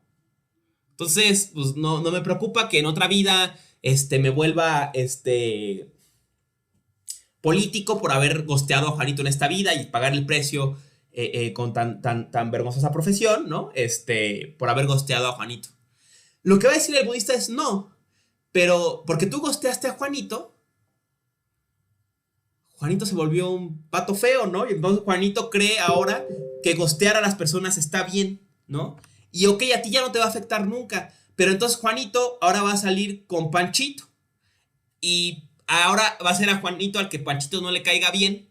Y entonces Juanito va a decir, como Emiliano me gosteó, ahora yo voy a gostear a Panchito, ¿no?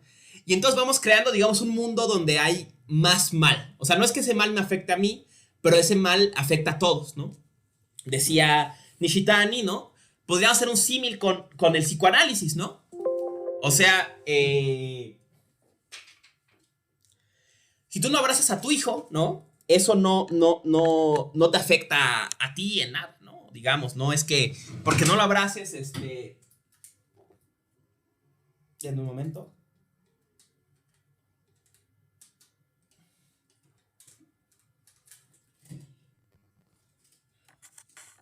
Ahí está, perdón, tenía que conectar la computadora. No es que porque tú no abraces a tu hijo nunca, te vayas a ir al infierno. No es que porque lo abraces vayas a reencarnar como limpiador de coladeras. Pero si tú no abrazas a tu hijo va a crecer traumatizado y no va a saber cómo crear relaciones afectivas. Y eso va a afectar a su pareja. Y eso va a afectar a tus futuros nietos. Y entonces tus nietos, como van a tener ese lazo de abrazos, porque su papá, que es tu hijo, nunca los va a abrazar, se van a volver delincuentes y ellos luego van a matar a alguien. Y entonces, ¿no? O sea, se crean estos lazos de surgimiento condicionado, ¿no? Una especie de efecto mariposa, ¿no? Dirán el budismo, sobre mí pesa el karma de todas las eras. Todo lo malo que han hecho otros, bueno o malo, pesa sobre nosotras y nosotros. Y cada cosa que hacemos hoy pesará sobre las infinitas generaciones que vengan en el futuro, ¿no? Volvemos al ejemplo de la clase pasada, ¿no? O sea, de que se derritió el glaciar de Lista, ¿no?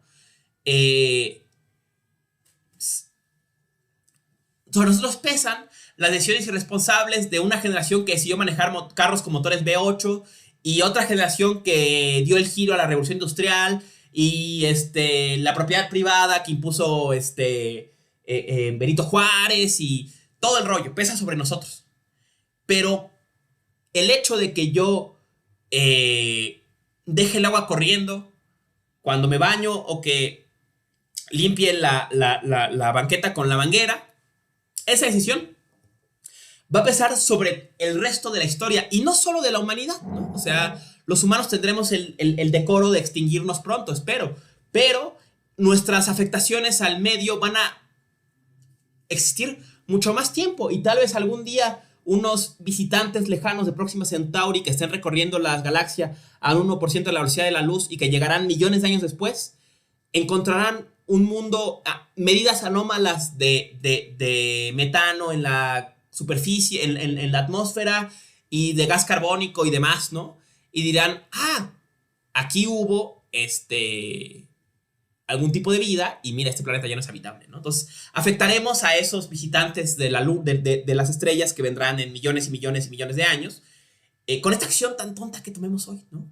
Entonces, esa idea de karma se desdibuja en el budismo. No se pierde, pero se desdibuja el foco en ti. O sea, no pesa sobre ti lo que haces. Lo que han hecho todos pesa sobre ti y lo que tú hagas pesa sobre todos. Dicho en pocas palabras, ¿no? Leo ahora ¿Y regresa a mí? Sí, claro, regresa a todos, ¿no? O sea, no solo a ti, sino a todos, ¿no? O sea, y lo que todos hacen pesa sobre ti, ¿no? Alguien pone el ejemplo de Breaking Bad, ¿no? Con Breaking Bad que no salva al drogadicto y por ello su papá hace que dos aviones se estrellen entre sí, muriendo personas ajenas a la situación. Sí, exacto, ¿no? Esa es un poco esa idea de karma en el budismo, ¿no? Después de negar el concepto de Atman, ¿no? Eh, en fin, ¿no? Seguimos ahora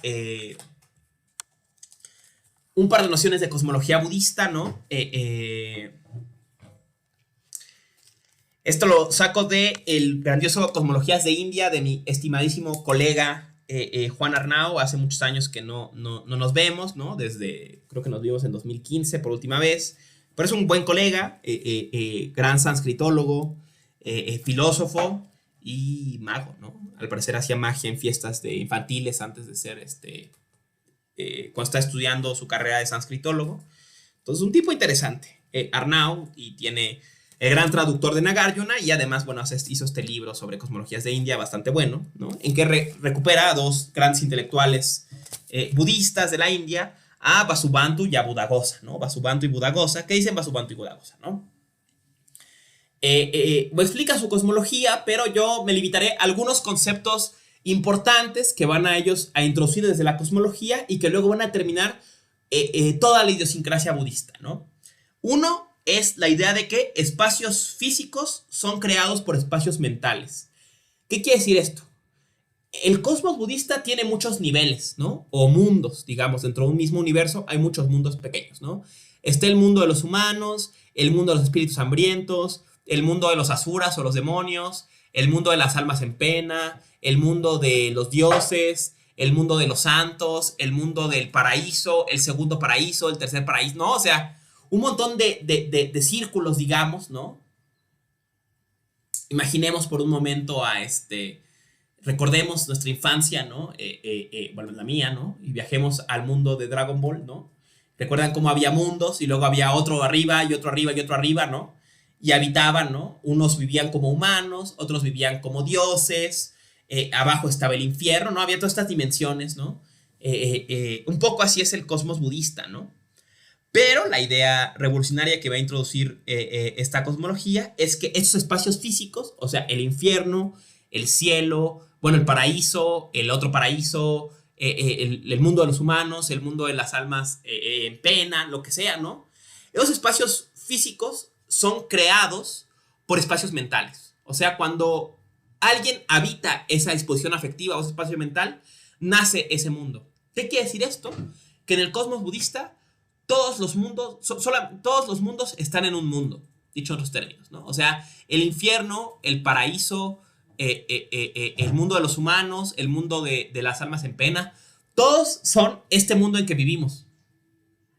Pero según el estado mental o la disposición mental de cada uno de los seres que lo habitan, es si ese ser lo vive como el infierno, lo vive como el cielo, lo vive como sea, ¿no? Recordemos, ¿no? Por un referente de cultura pop de los años 2000, que son mi verdadero campo de profesión más que la filosofía, pensemos, imaginemos, para los amantes de los videojuegos, el universo de Silent Hill, ¿no? Recuerden que un tema de este pueblo de Silent Hill es que tiene muchas formas de presentarse, ¿no? Se presenta como un pueblo normal, se presenta como un infierno de body horror, se presenta como un lugar sangriento, ¿no? O sea, tiene muchas formas de presentarse. Y los distintos habitantes de este pueblo solo son capaces de ver alguna, ¿no? No todos ven todas, ¿no? Sino ven alguna de esas dimensiones, ¿no? Algo así cree el budismo, ¿no? Y esta idea cosmológica va a implicar un giro para la práctica. Querrá decir que tanto irse al infierno como liberarse del sufrimiento y ir a la tierra de Buda no tiene que ver con que, como decía Lynch, el gran maestro chino, ¿no? Parodiaba, ¿no? O sea, no es que le eches muchas ganas meditando y medites muy fuerte, muy fuerte, muy fuerte y ¡pop! De pronto desaparezcas de este mundo y nazcas así flotando en la tierra de Buda y todo sea maravilloso para ti, ¿no? Lo que quiere decir es que lo único que logra el yoga, que logra la práctica, es cambiar tu perspectiva. Que puedas ver que ya estás en el paraíso o que te salgas del infierno en que ya vives, ¿no? decía Arnau un ejemplo, decía, ¿quién no viaja en el metro e imagina que el que va enfrente no va en el infierno? Que el que va junto no está en el paraíso, ¿no? Están en el mismo vagón, pero viven en universos distintos por lo que su conciencia puede percibir, digamos, o reconocer del mundo, ¿no? Otro concepto, ¿no?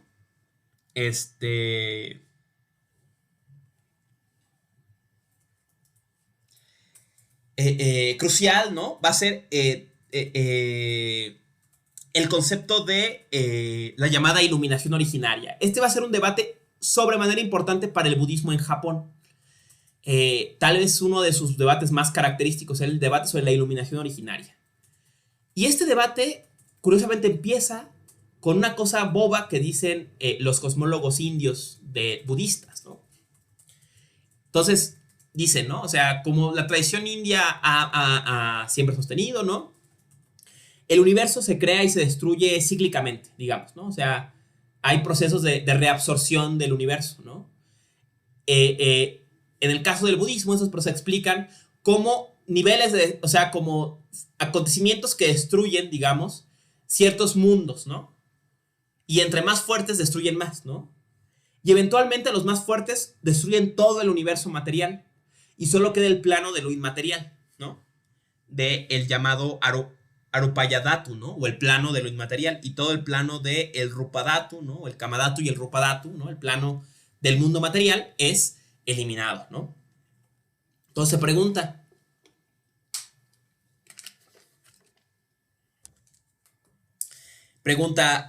se preguntan los cosmólogos, ¿no? ¿Qué pasa con los seres que habitan los planos inferiores del universo cuando se destruye el universo, ¿no? O sea, imagínense, yo evidentemente no soy un Buda, ¿no? Sobra decir que estoy lleno de deseos y apegos, ¿no? Y que no perdono y que muchas cosas feas, ¿no? Que soy, ¿no? Entonces, soy un tipo normal en el mejor de los casos, ¿no? Un ser humano, ¿no? Que vive apegado al deseo y al ego y, ay, mira, tengo 5 likes en el Instagram, jaja, ¿no? Soy lo máximo, soy un influencer, ¿no? Entonces vivo apegado a mi ego, ¿no? Imaginen que mañana, ¿no? Se da cíclico destrucción del universo, ¿no? Entonces se destruye todo y solo queda el plano inmaterial donde habitan los seres que se han liberado del deseo y demás, ¿no? Preguntan los cosmólogos, ¿y qué va a pasar con Emiliano, no? O sea, Emiliano, ¿dónde se va? ¿Deja de existir o desaparece o qué onda con Emiliano, ¿no? Y unos decían, no, pues sí, desaparece, ya, ¿no? Adiós Emiliano, ¿no? Otros dicen, no, es transportado a otro universo, ¿no? Entonces yo no me doy cuenta y de hecho ya se destruyó el universo y ahora habito otro, ¿no? Otro universo paralelo en que no se ha destruido todo, ¿no?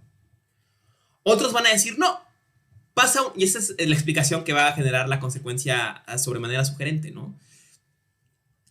Todos los seres, en una especie de instinto de supervivencia, cuando viene el fin de los tiempos, alcanzan algún nivel de iluminación, solo para autopreservarse. O sea, la idea es que ya que viene la ola, ¿no? De la destrucción del universo, ¿no? En vez de que los seres se mueran, los seres impuros como yo, nos muramos o nos transportamos a otro universo, de hecho, alcanzamos un nivel de liberación. O sea, nuestro espíritu asciende o nuestra conciencia asciende al estado de los budas en algún nivel, ¿no? Digamos. Y eso permite que se destruya todo el mundo material y que eventualmente se reconstruya. Cuando alguno de estos seres que alcanza la iluminación o algún nivel de iluminación, digamos, vuelve a nacer en él el deseo o el apego al ego, lo que sea, y entonces vuelve al mundo de los humanos, de los demonios o el que corresponda, ¿no? Ahora esta idea suena barroca, ¿no? Y como sobreexplicado, ¿no? Así como, ya aguanta, ¿no? Pero tiene una consecuencia muy peculiar para el budismo y que va a ser, insisto, importantísima para el budismo en Japón. Y es la idea de decir, eso quiere decir entonces que todos los seres han alcanzado la iluminación al menos una vez en su transcurrir por el samsara, por el ciclo infinito de muerte y resurrección. Hasta Emiliano ha alcanzado la iluminación alguna vez. Hasta Idenai alcanzó, mi gatita Idenai alcanzó la iluminación alguna vez. Hasta la roca en el camino alcanzó la iluminación alguna vez. Eso quiere decir que todos los seres sintientes, todos los seres, finalmente, dice Dogen, budista japonés, que veremos en 2 clases, tienen la naturaleza de Buda. O sea, todos los seres pueden alcanzar el despertar, o incluso ya lo han alcanzado, ¿no? Veremos cuando hablamos de Japón lo importante que es esta idea y cómo revoluciona el budismo y va a darle forma a tradiciones como el Zen, básicamente al Zen, ¿no? El Zen va a depender mucho de esta idea, de la iluminación originaria, ¿no? Otra idea, ¿no? Ya la dijimos, ¿no? Va a apuntalar la idea de la equivalencia entre samsara y nirvana. O sea, no es que el mundo de la muerte y la resurrección sea uno y el mundo donde van las conciencias liberadas de todo sufrimiento sea otro. Como les decía, no es que uno medite muy duro y vaya a las clases todos los sábados a la escuela budista en la Condesa y le eche muchas ganas y esté ahí y no use playera y diga namaste a toda la gente y tengo una calcomanía del Tíbet pegada en tu carro, ¿no? Y entonces le eches muchas ganas y ¡pum!, ¿no? Entonces como palomita revientas y aparece en el otro mundo, ¿no? No es así, ¿no? Les decía Lynch, usa satírica frase, ¿no? Dice, esos monjes se esfuerzan mucho como si hubiera otro mundo a dónde ir, ¿no? Pero no hay otro mundo. El único mundo que hay es este. Lo que logra la meditación, lo que logran los yogas, lo que logran las prácticas de todo tipo, ¿no? Es cambiar nuestra perspectiva y reconocer que este mundo como es ya nirvana. Que samsara, el mundo de la muerte y resurrección, es ya nirvana, digamos, ¿no? Esa otra revolución no va a venir de la cosmología, ¿no? Y última gran revolución, ya para entrar a los textos en los últimos 2 minutos de clase que nos quedan, ¿no? Es la idea de que el ser humano tiene una condición privilegiada. ¿Por qué? Porque sufre. Y el sufrir, a la vez que la vida es sufrimiento, el ser humano es el ser que es capaz de reconocer que la vida es sufrimiento y que la causa del sufrimiento es el deseo. Entonces es un ser en un estado idóneo para liberarse por su impureza, digamos, ¿no? Dicho esto, ¿no? Entramos pues a los textos que nos ocupaban, ¿no? Voy a leer íntegro porque es un texto maravilloso, tal vez con esto habría bastado para dar la clase. El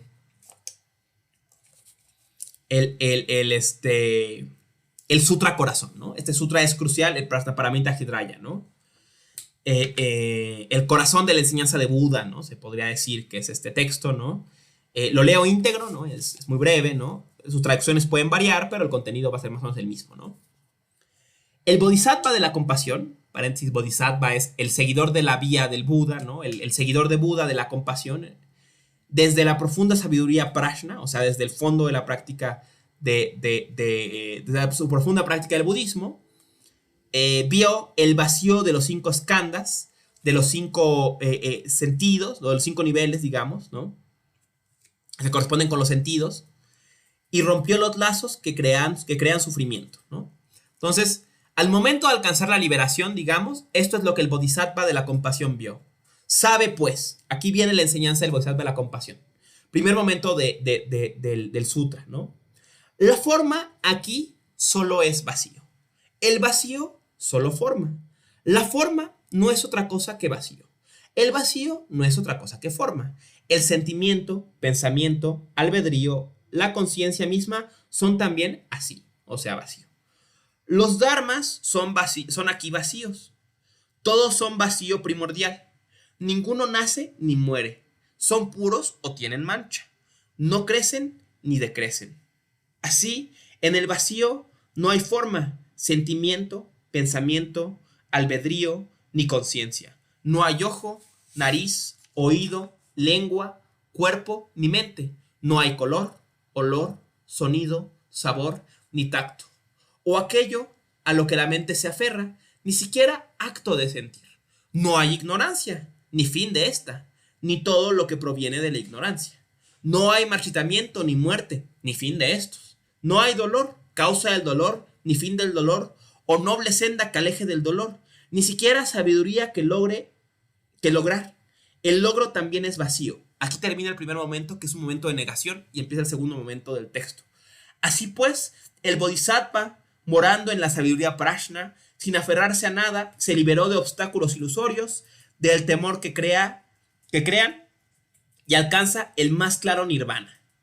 Todos los budas del pasado, del presente, budas del futuro, a través de su fe en la sabiduría prajna, logran una completa iluminación. Conoce, pues, el gran Dharani, sin igual, irradiante mantra, el supremo, inefable mantra, el Prajna Paramita, cuyas palabras alivian todo dolor. Esta es la sabiduría más alta, verdadera, más allá de toda duda. Conoce y proclama su verdad. Dos puntos. Gate, gate, para sam, gate, bodhisvaja. Este texto, ¿no? Podría, insisto, resumir toda la enseñanza de Buda, ¿no? Nos pone en el lugar del bodhisattva que ha alcanzado el despertar, ¿no? ¿Qué reconoce el bodhisattva que ha alcanzado el despertar? Sabe, pues, que la forma solo es vacío y el vacío solo forma. O sea, que detrás del mundo que se nos muestra de forma,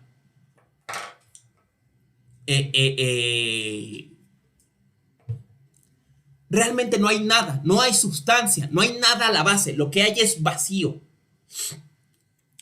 Aquí podemos pensar en la idea en el compuesto ilemórfico aristotélico, ¿no? Materia y forma. Detrás de la forma solo hay vacío, ¿no? Las cualidades en términos aristotélicos, recuerden el semestre pasado, ¿no? Todas las cualidades que hacen que algo sea algo, descansan en nada, ¿no? En otros términos, ¿no? Si le quitamos las ruedas al carro, si le quitamos el asiento al carro, el techo al carro, ¿no? Las agarraderas al carro, no queda nada. La forma, el carro, es vacío. Y el vacío no es más que el carro, ¿no? Todas las cosas que nos apegamos son vacíos, ¿no? Los dharmas son aquí vacíos, todas las terminadas cosas son vacías. Las cosas no son puras ni sin manchas, ¿no? Aquí no hay esta diferenciación. No hay sentidos, no hay cuerpo. Y aquí es crucial, no hay ignorancia ni fin de esta. No hay marchitamiento ni muerte ni fin de estos. No hay dolor, ni causa del dolor, ni fin del dolor, o noble senda que aleje del dolor. ¿Qué está negando aquí? La propia enseñanza de Buda. O sea, ni siquiera la liberación del dolor, podríamos decir, ¿no? O sea, el fin del sufrimiento, reconocer que no hay ni sufrimiento, ni vía que nos libre del sufrimiento, ni Buda, ni nada, ¿no? Que todos estos son nombres. Que lo único que hay es vacío, ¿no? Y que la verdadera gran sabiduría, esto me encanta, ¿no?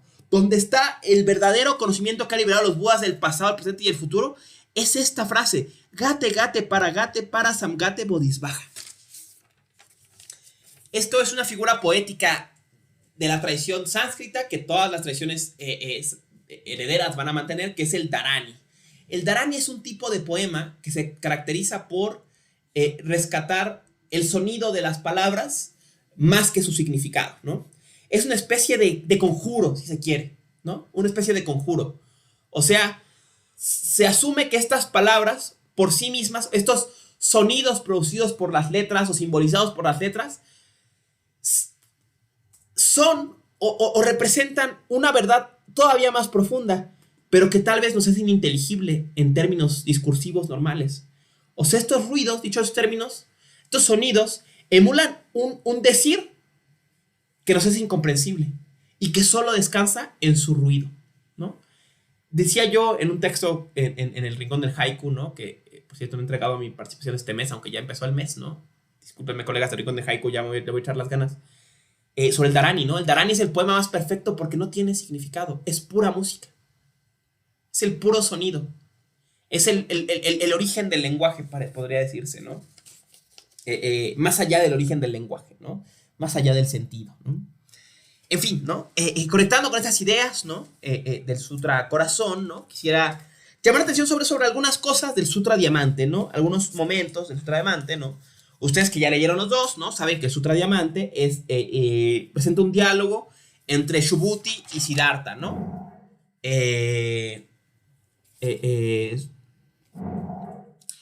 Subhuti se pregunta básicamente cómo habitar en el corazón de la iluminación, ¿no? O sea, ¿qué significa alcanzar el despertar, dicho en los términos? Dharani se escribe, según yo, discúlpame, lo voy a hacer de memoria.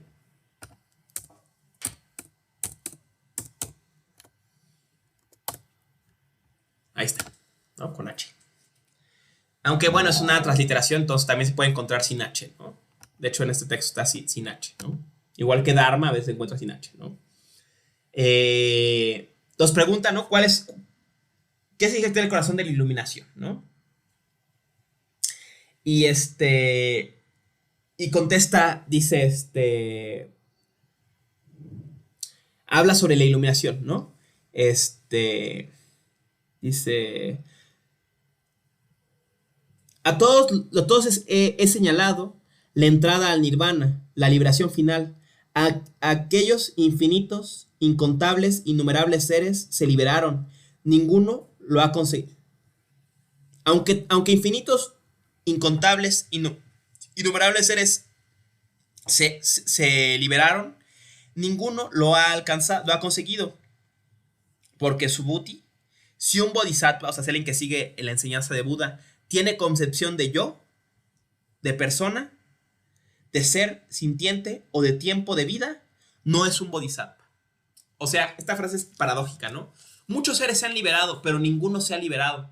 Porque mientras hay una noción de ente separado, de ente sustancial, no hay liberación, ¿no? No está siguiéndose la senda de Buda, ¿no? Dice, más adelante, continúa Siddhartha, ¿no? Dice...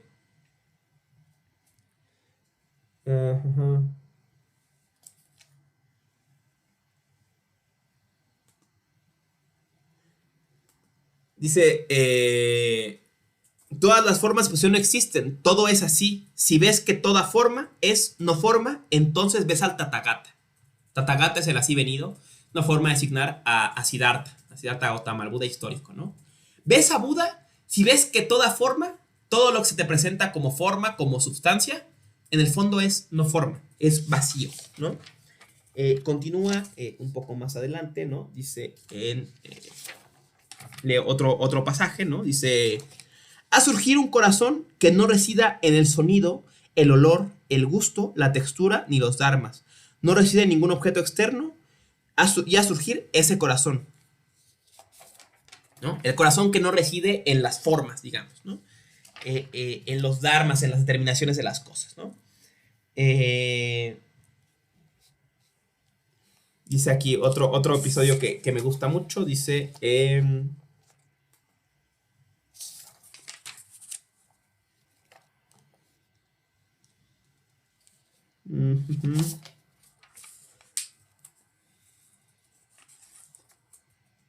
Me gustó. Si la mente reside en algún lugar, no tiene dónde residir. Bueno, esta idea de que no existe el mundo, solo se le llama mundo. No existe el yo, solo lo que se le llama yo, ¿no? El mundo no es mundo, sino se le llama mundo. El yo no es yo, sino se le llama yo, ¿no? ¿Qué está detrás de esta idea, no? Esta idea de los nombres que le damos a estos cruces de la cuerda y el reconocimiento de que, pues, de hecho, no son, no tienen una realidad sustancial, ¿no? Dice, pero si en los próximos 500 años hay algún ser sintiente que consigue oír este sutra, cree, comprende, recibirlo y mantenerlo, este hombre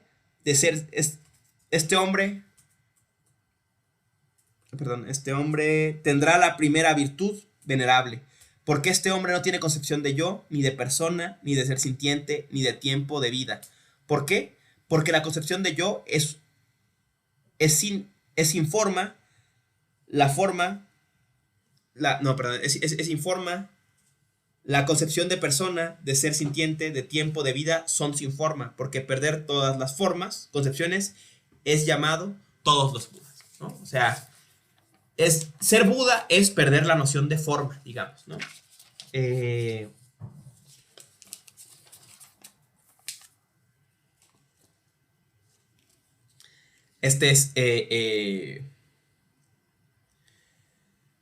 Todas las mentes no son mentes, se llaman mentes, porque Subhuti no se puede conseguir la mente del presente, no se puede conseguir la mente del pasado, ni se puede conseguir la mente del futuro. La propia mente, o sea, el aparato que opera estas reflexiones, digamos, ella misma no es mente, se le llama mente nada más, ¿no? Remata con todos los dharmas compuestos son iguales a un sueño, una fantasía, espuma, sombra, igual que rocío, relámpagos, así debes mirarlos, ¿no? O sea, esta idea de que los entes particulares, digamos, ¿no? Las formas, los dharmas, la terminación de las cosas, son ilusiones. No es que no existan, es que existen de forma ilusoria, como rocío, como un espejismo, ¿no? El espejismo es espejismo, pero detrás del espejismo no hay agua, ¿no? No hay un río, es solo un espejismo, es espejismo, no agua, no río, ¿no? De hecho, lo que hay es la no forma, ¿no? En fin, ¿no? Dejando hasta aquí la cuestión, ¿no? Redondeando, devolviéndonos un poco sobre lo que hemos visto hasta ahora, ¿no? Vimos, ¿no? Las tradiciones sánscritas, esta noción de la relación entre el Brahman y el Atman, la conexión con la idea de karma, ¿no? Y vimos cómo el budismo abandona la noción de Atman en favor de la noción de Anatman, ¿no?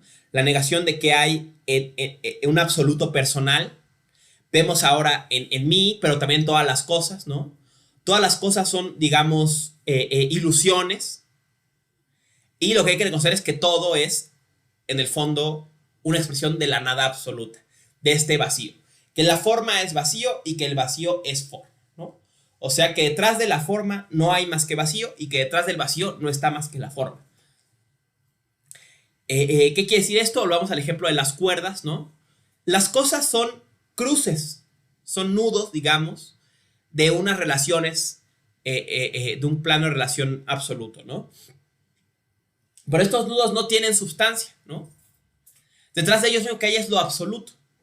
Y ese absoluto no es algo, no es un ente, ¿no? Y como no es un ente, la única forma de llamarle es nada, vacío, ¿no?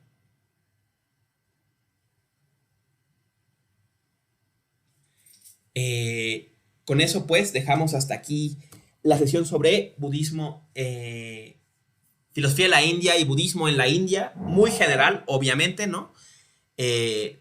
Próxima sesión, antes de pasar allá hay una pregunta o comentario, ¿no? La próxima sesión vamos a ver budismo en China, ¿no? Budismo y filosofía china, digamos, ¿no?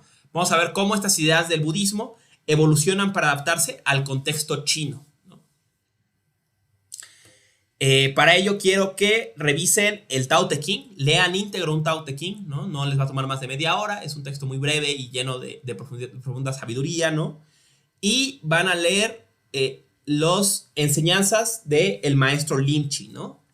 En la medida de lo que puedan, ¿no? Lin Chi es muy atrapador, entonces seguro no les costará trabajo, pero léanlas, échenle una revisada a las enseñanzas del maestro Lin Chi, ¿no?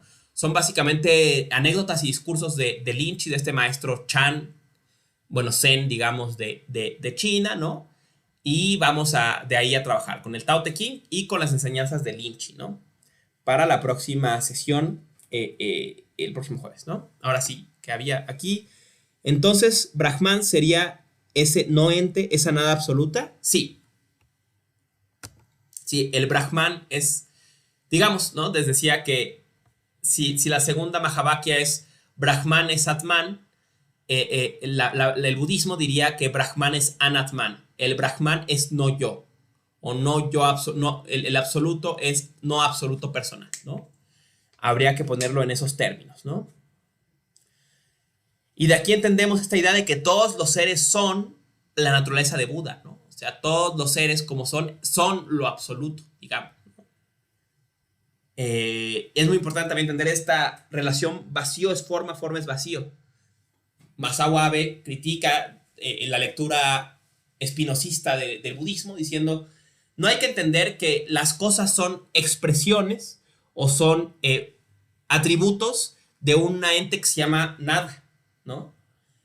Cuando decimos que la nada es el fundamento, quiere decir que detrás de ellos no hay nada, ¿no? O sea, que no hay un ente llamado nada, sino que no hay nada, ¿no? O sea, que hay un fondo vacuo en que todas las cosas son expresiones de lo absoluto en ellas mismas singulares, ¿no? Pero ese absoluto no es una cosa separada, digamos, sino no es más que la forma. Por eso la forma es vacío, ¿no? O sea, detrás de la forma solo hay vacío, pero el vacío solamente está en la forma, solo es forma, ¿no?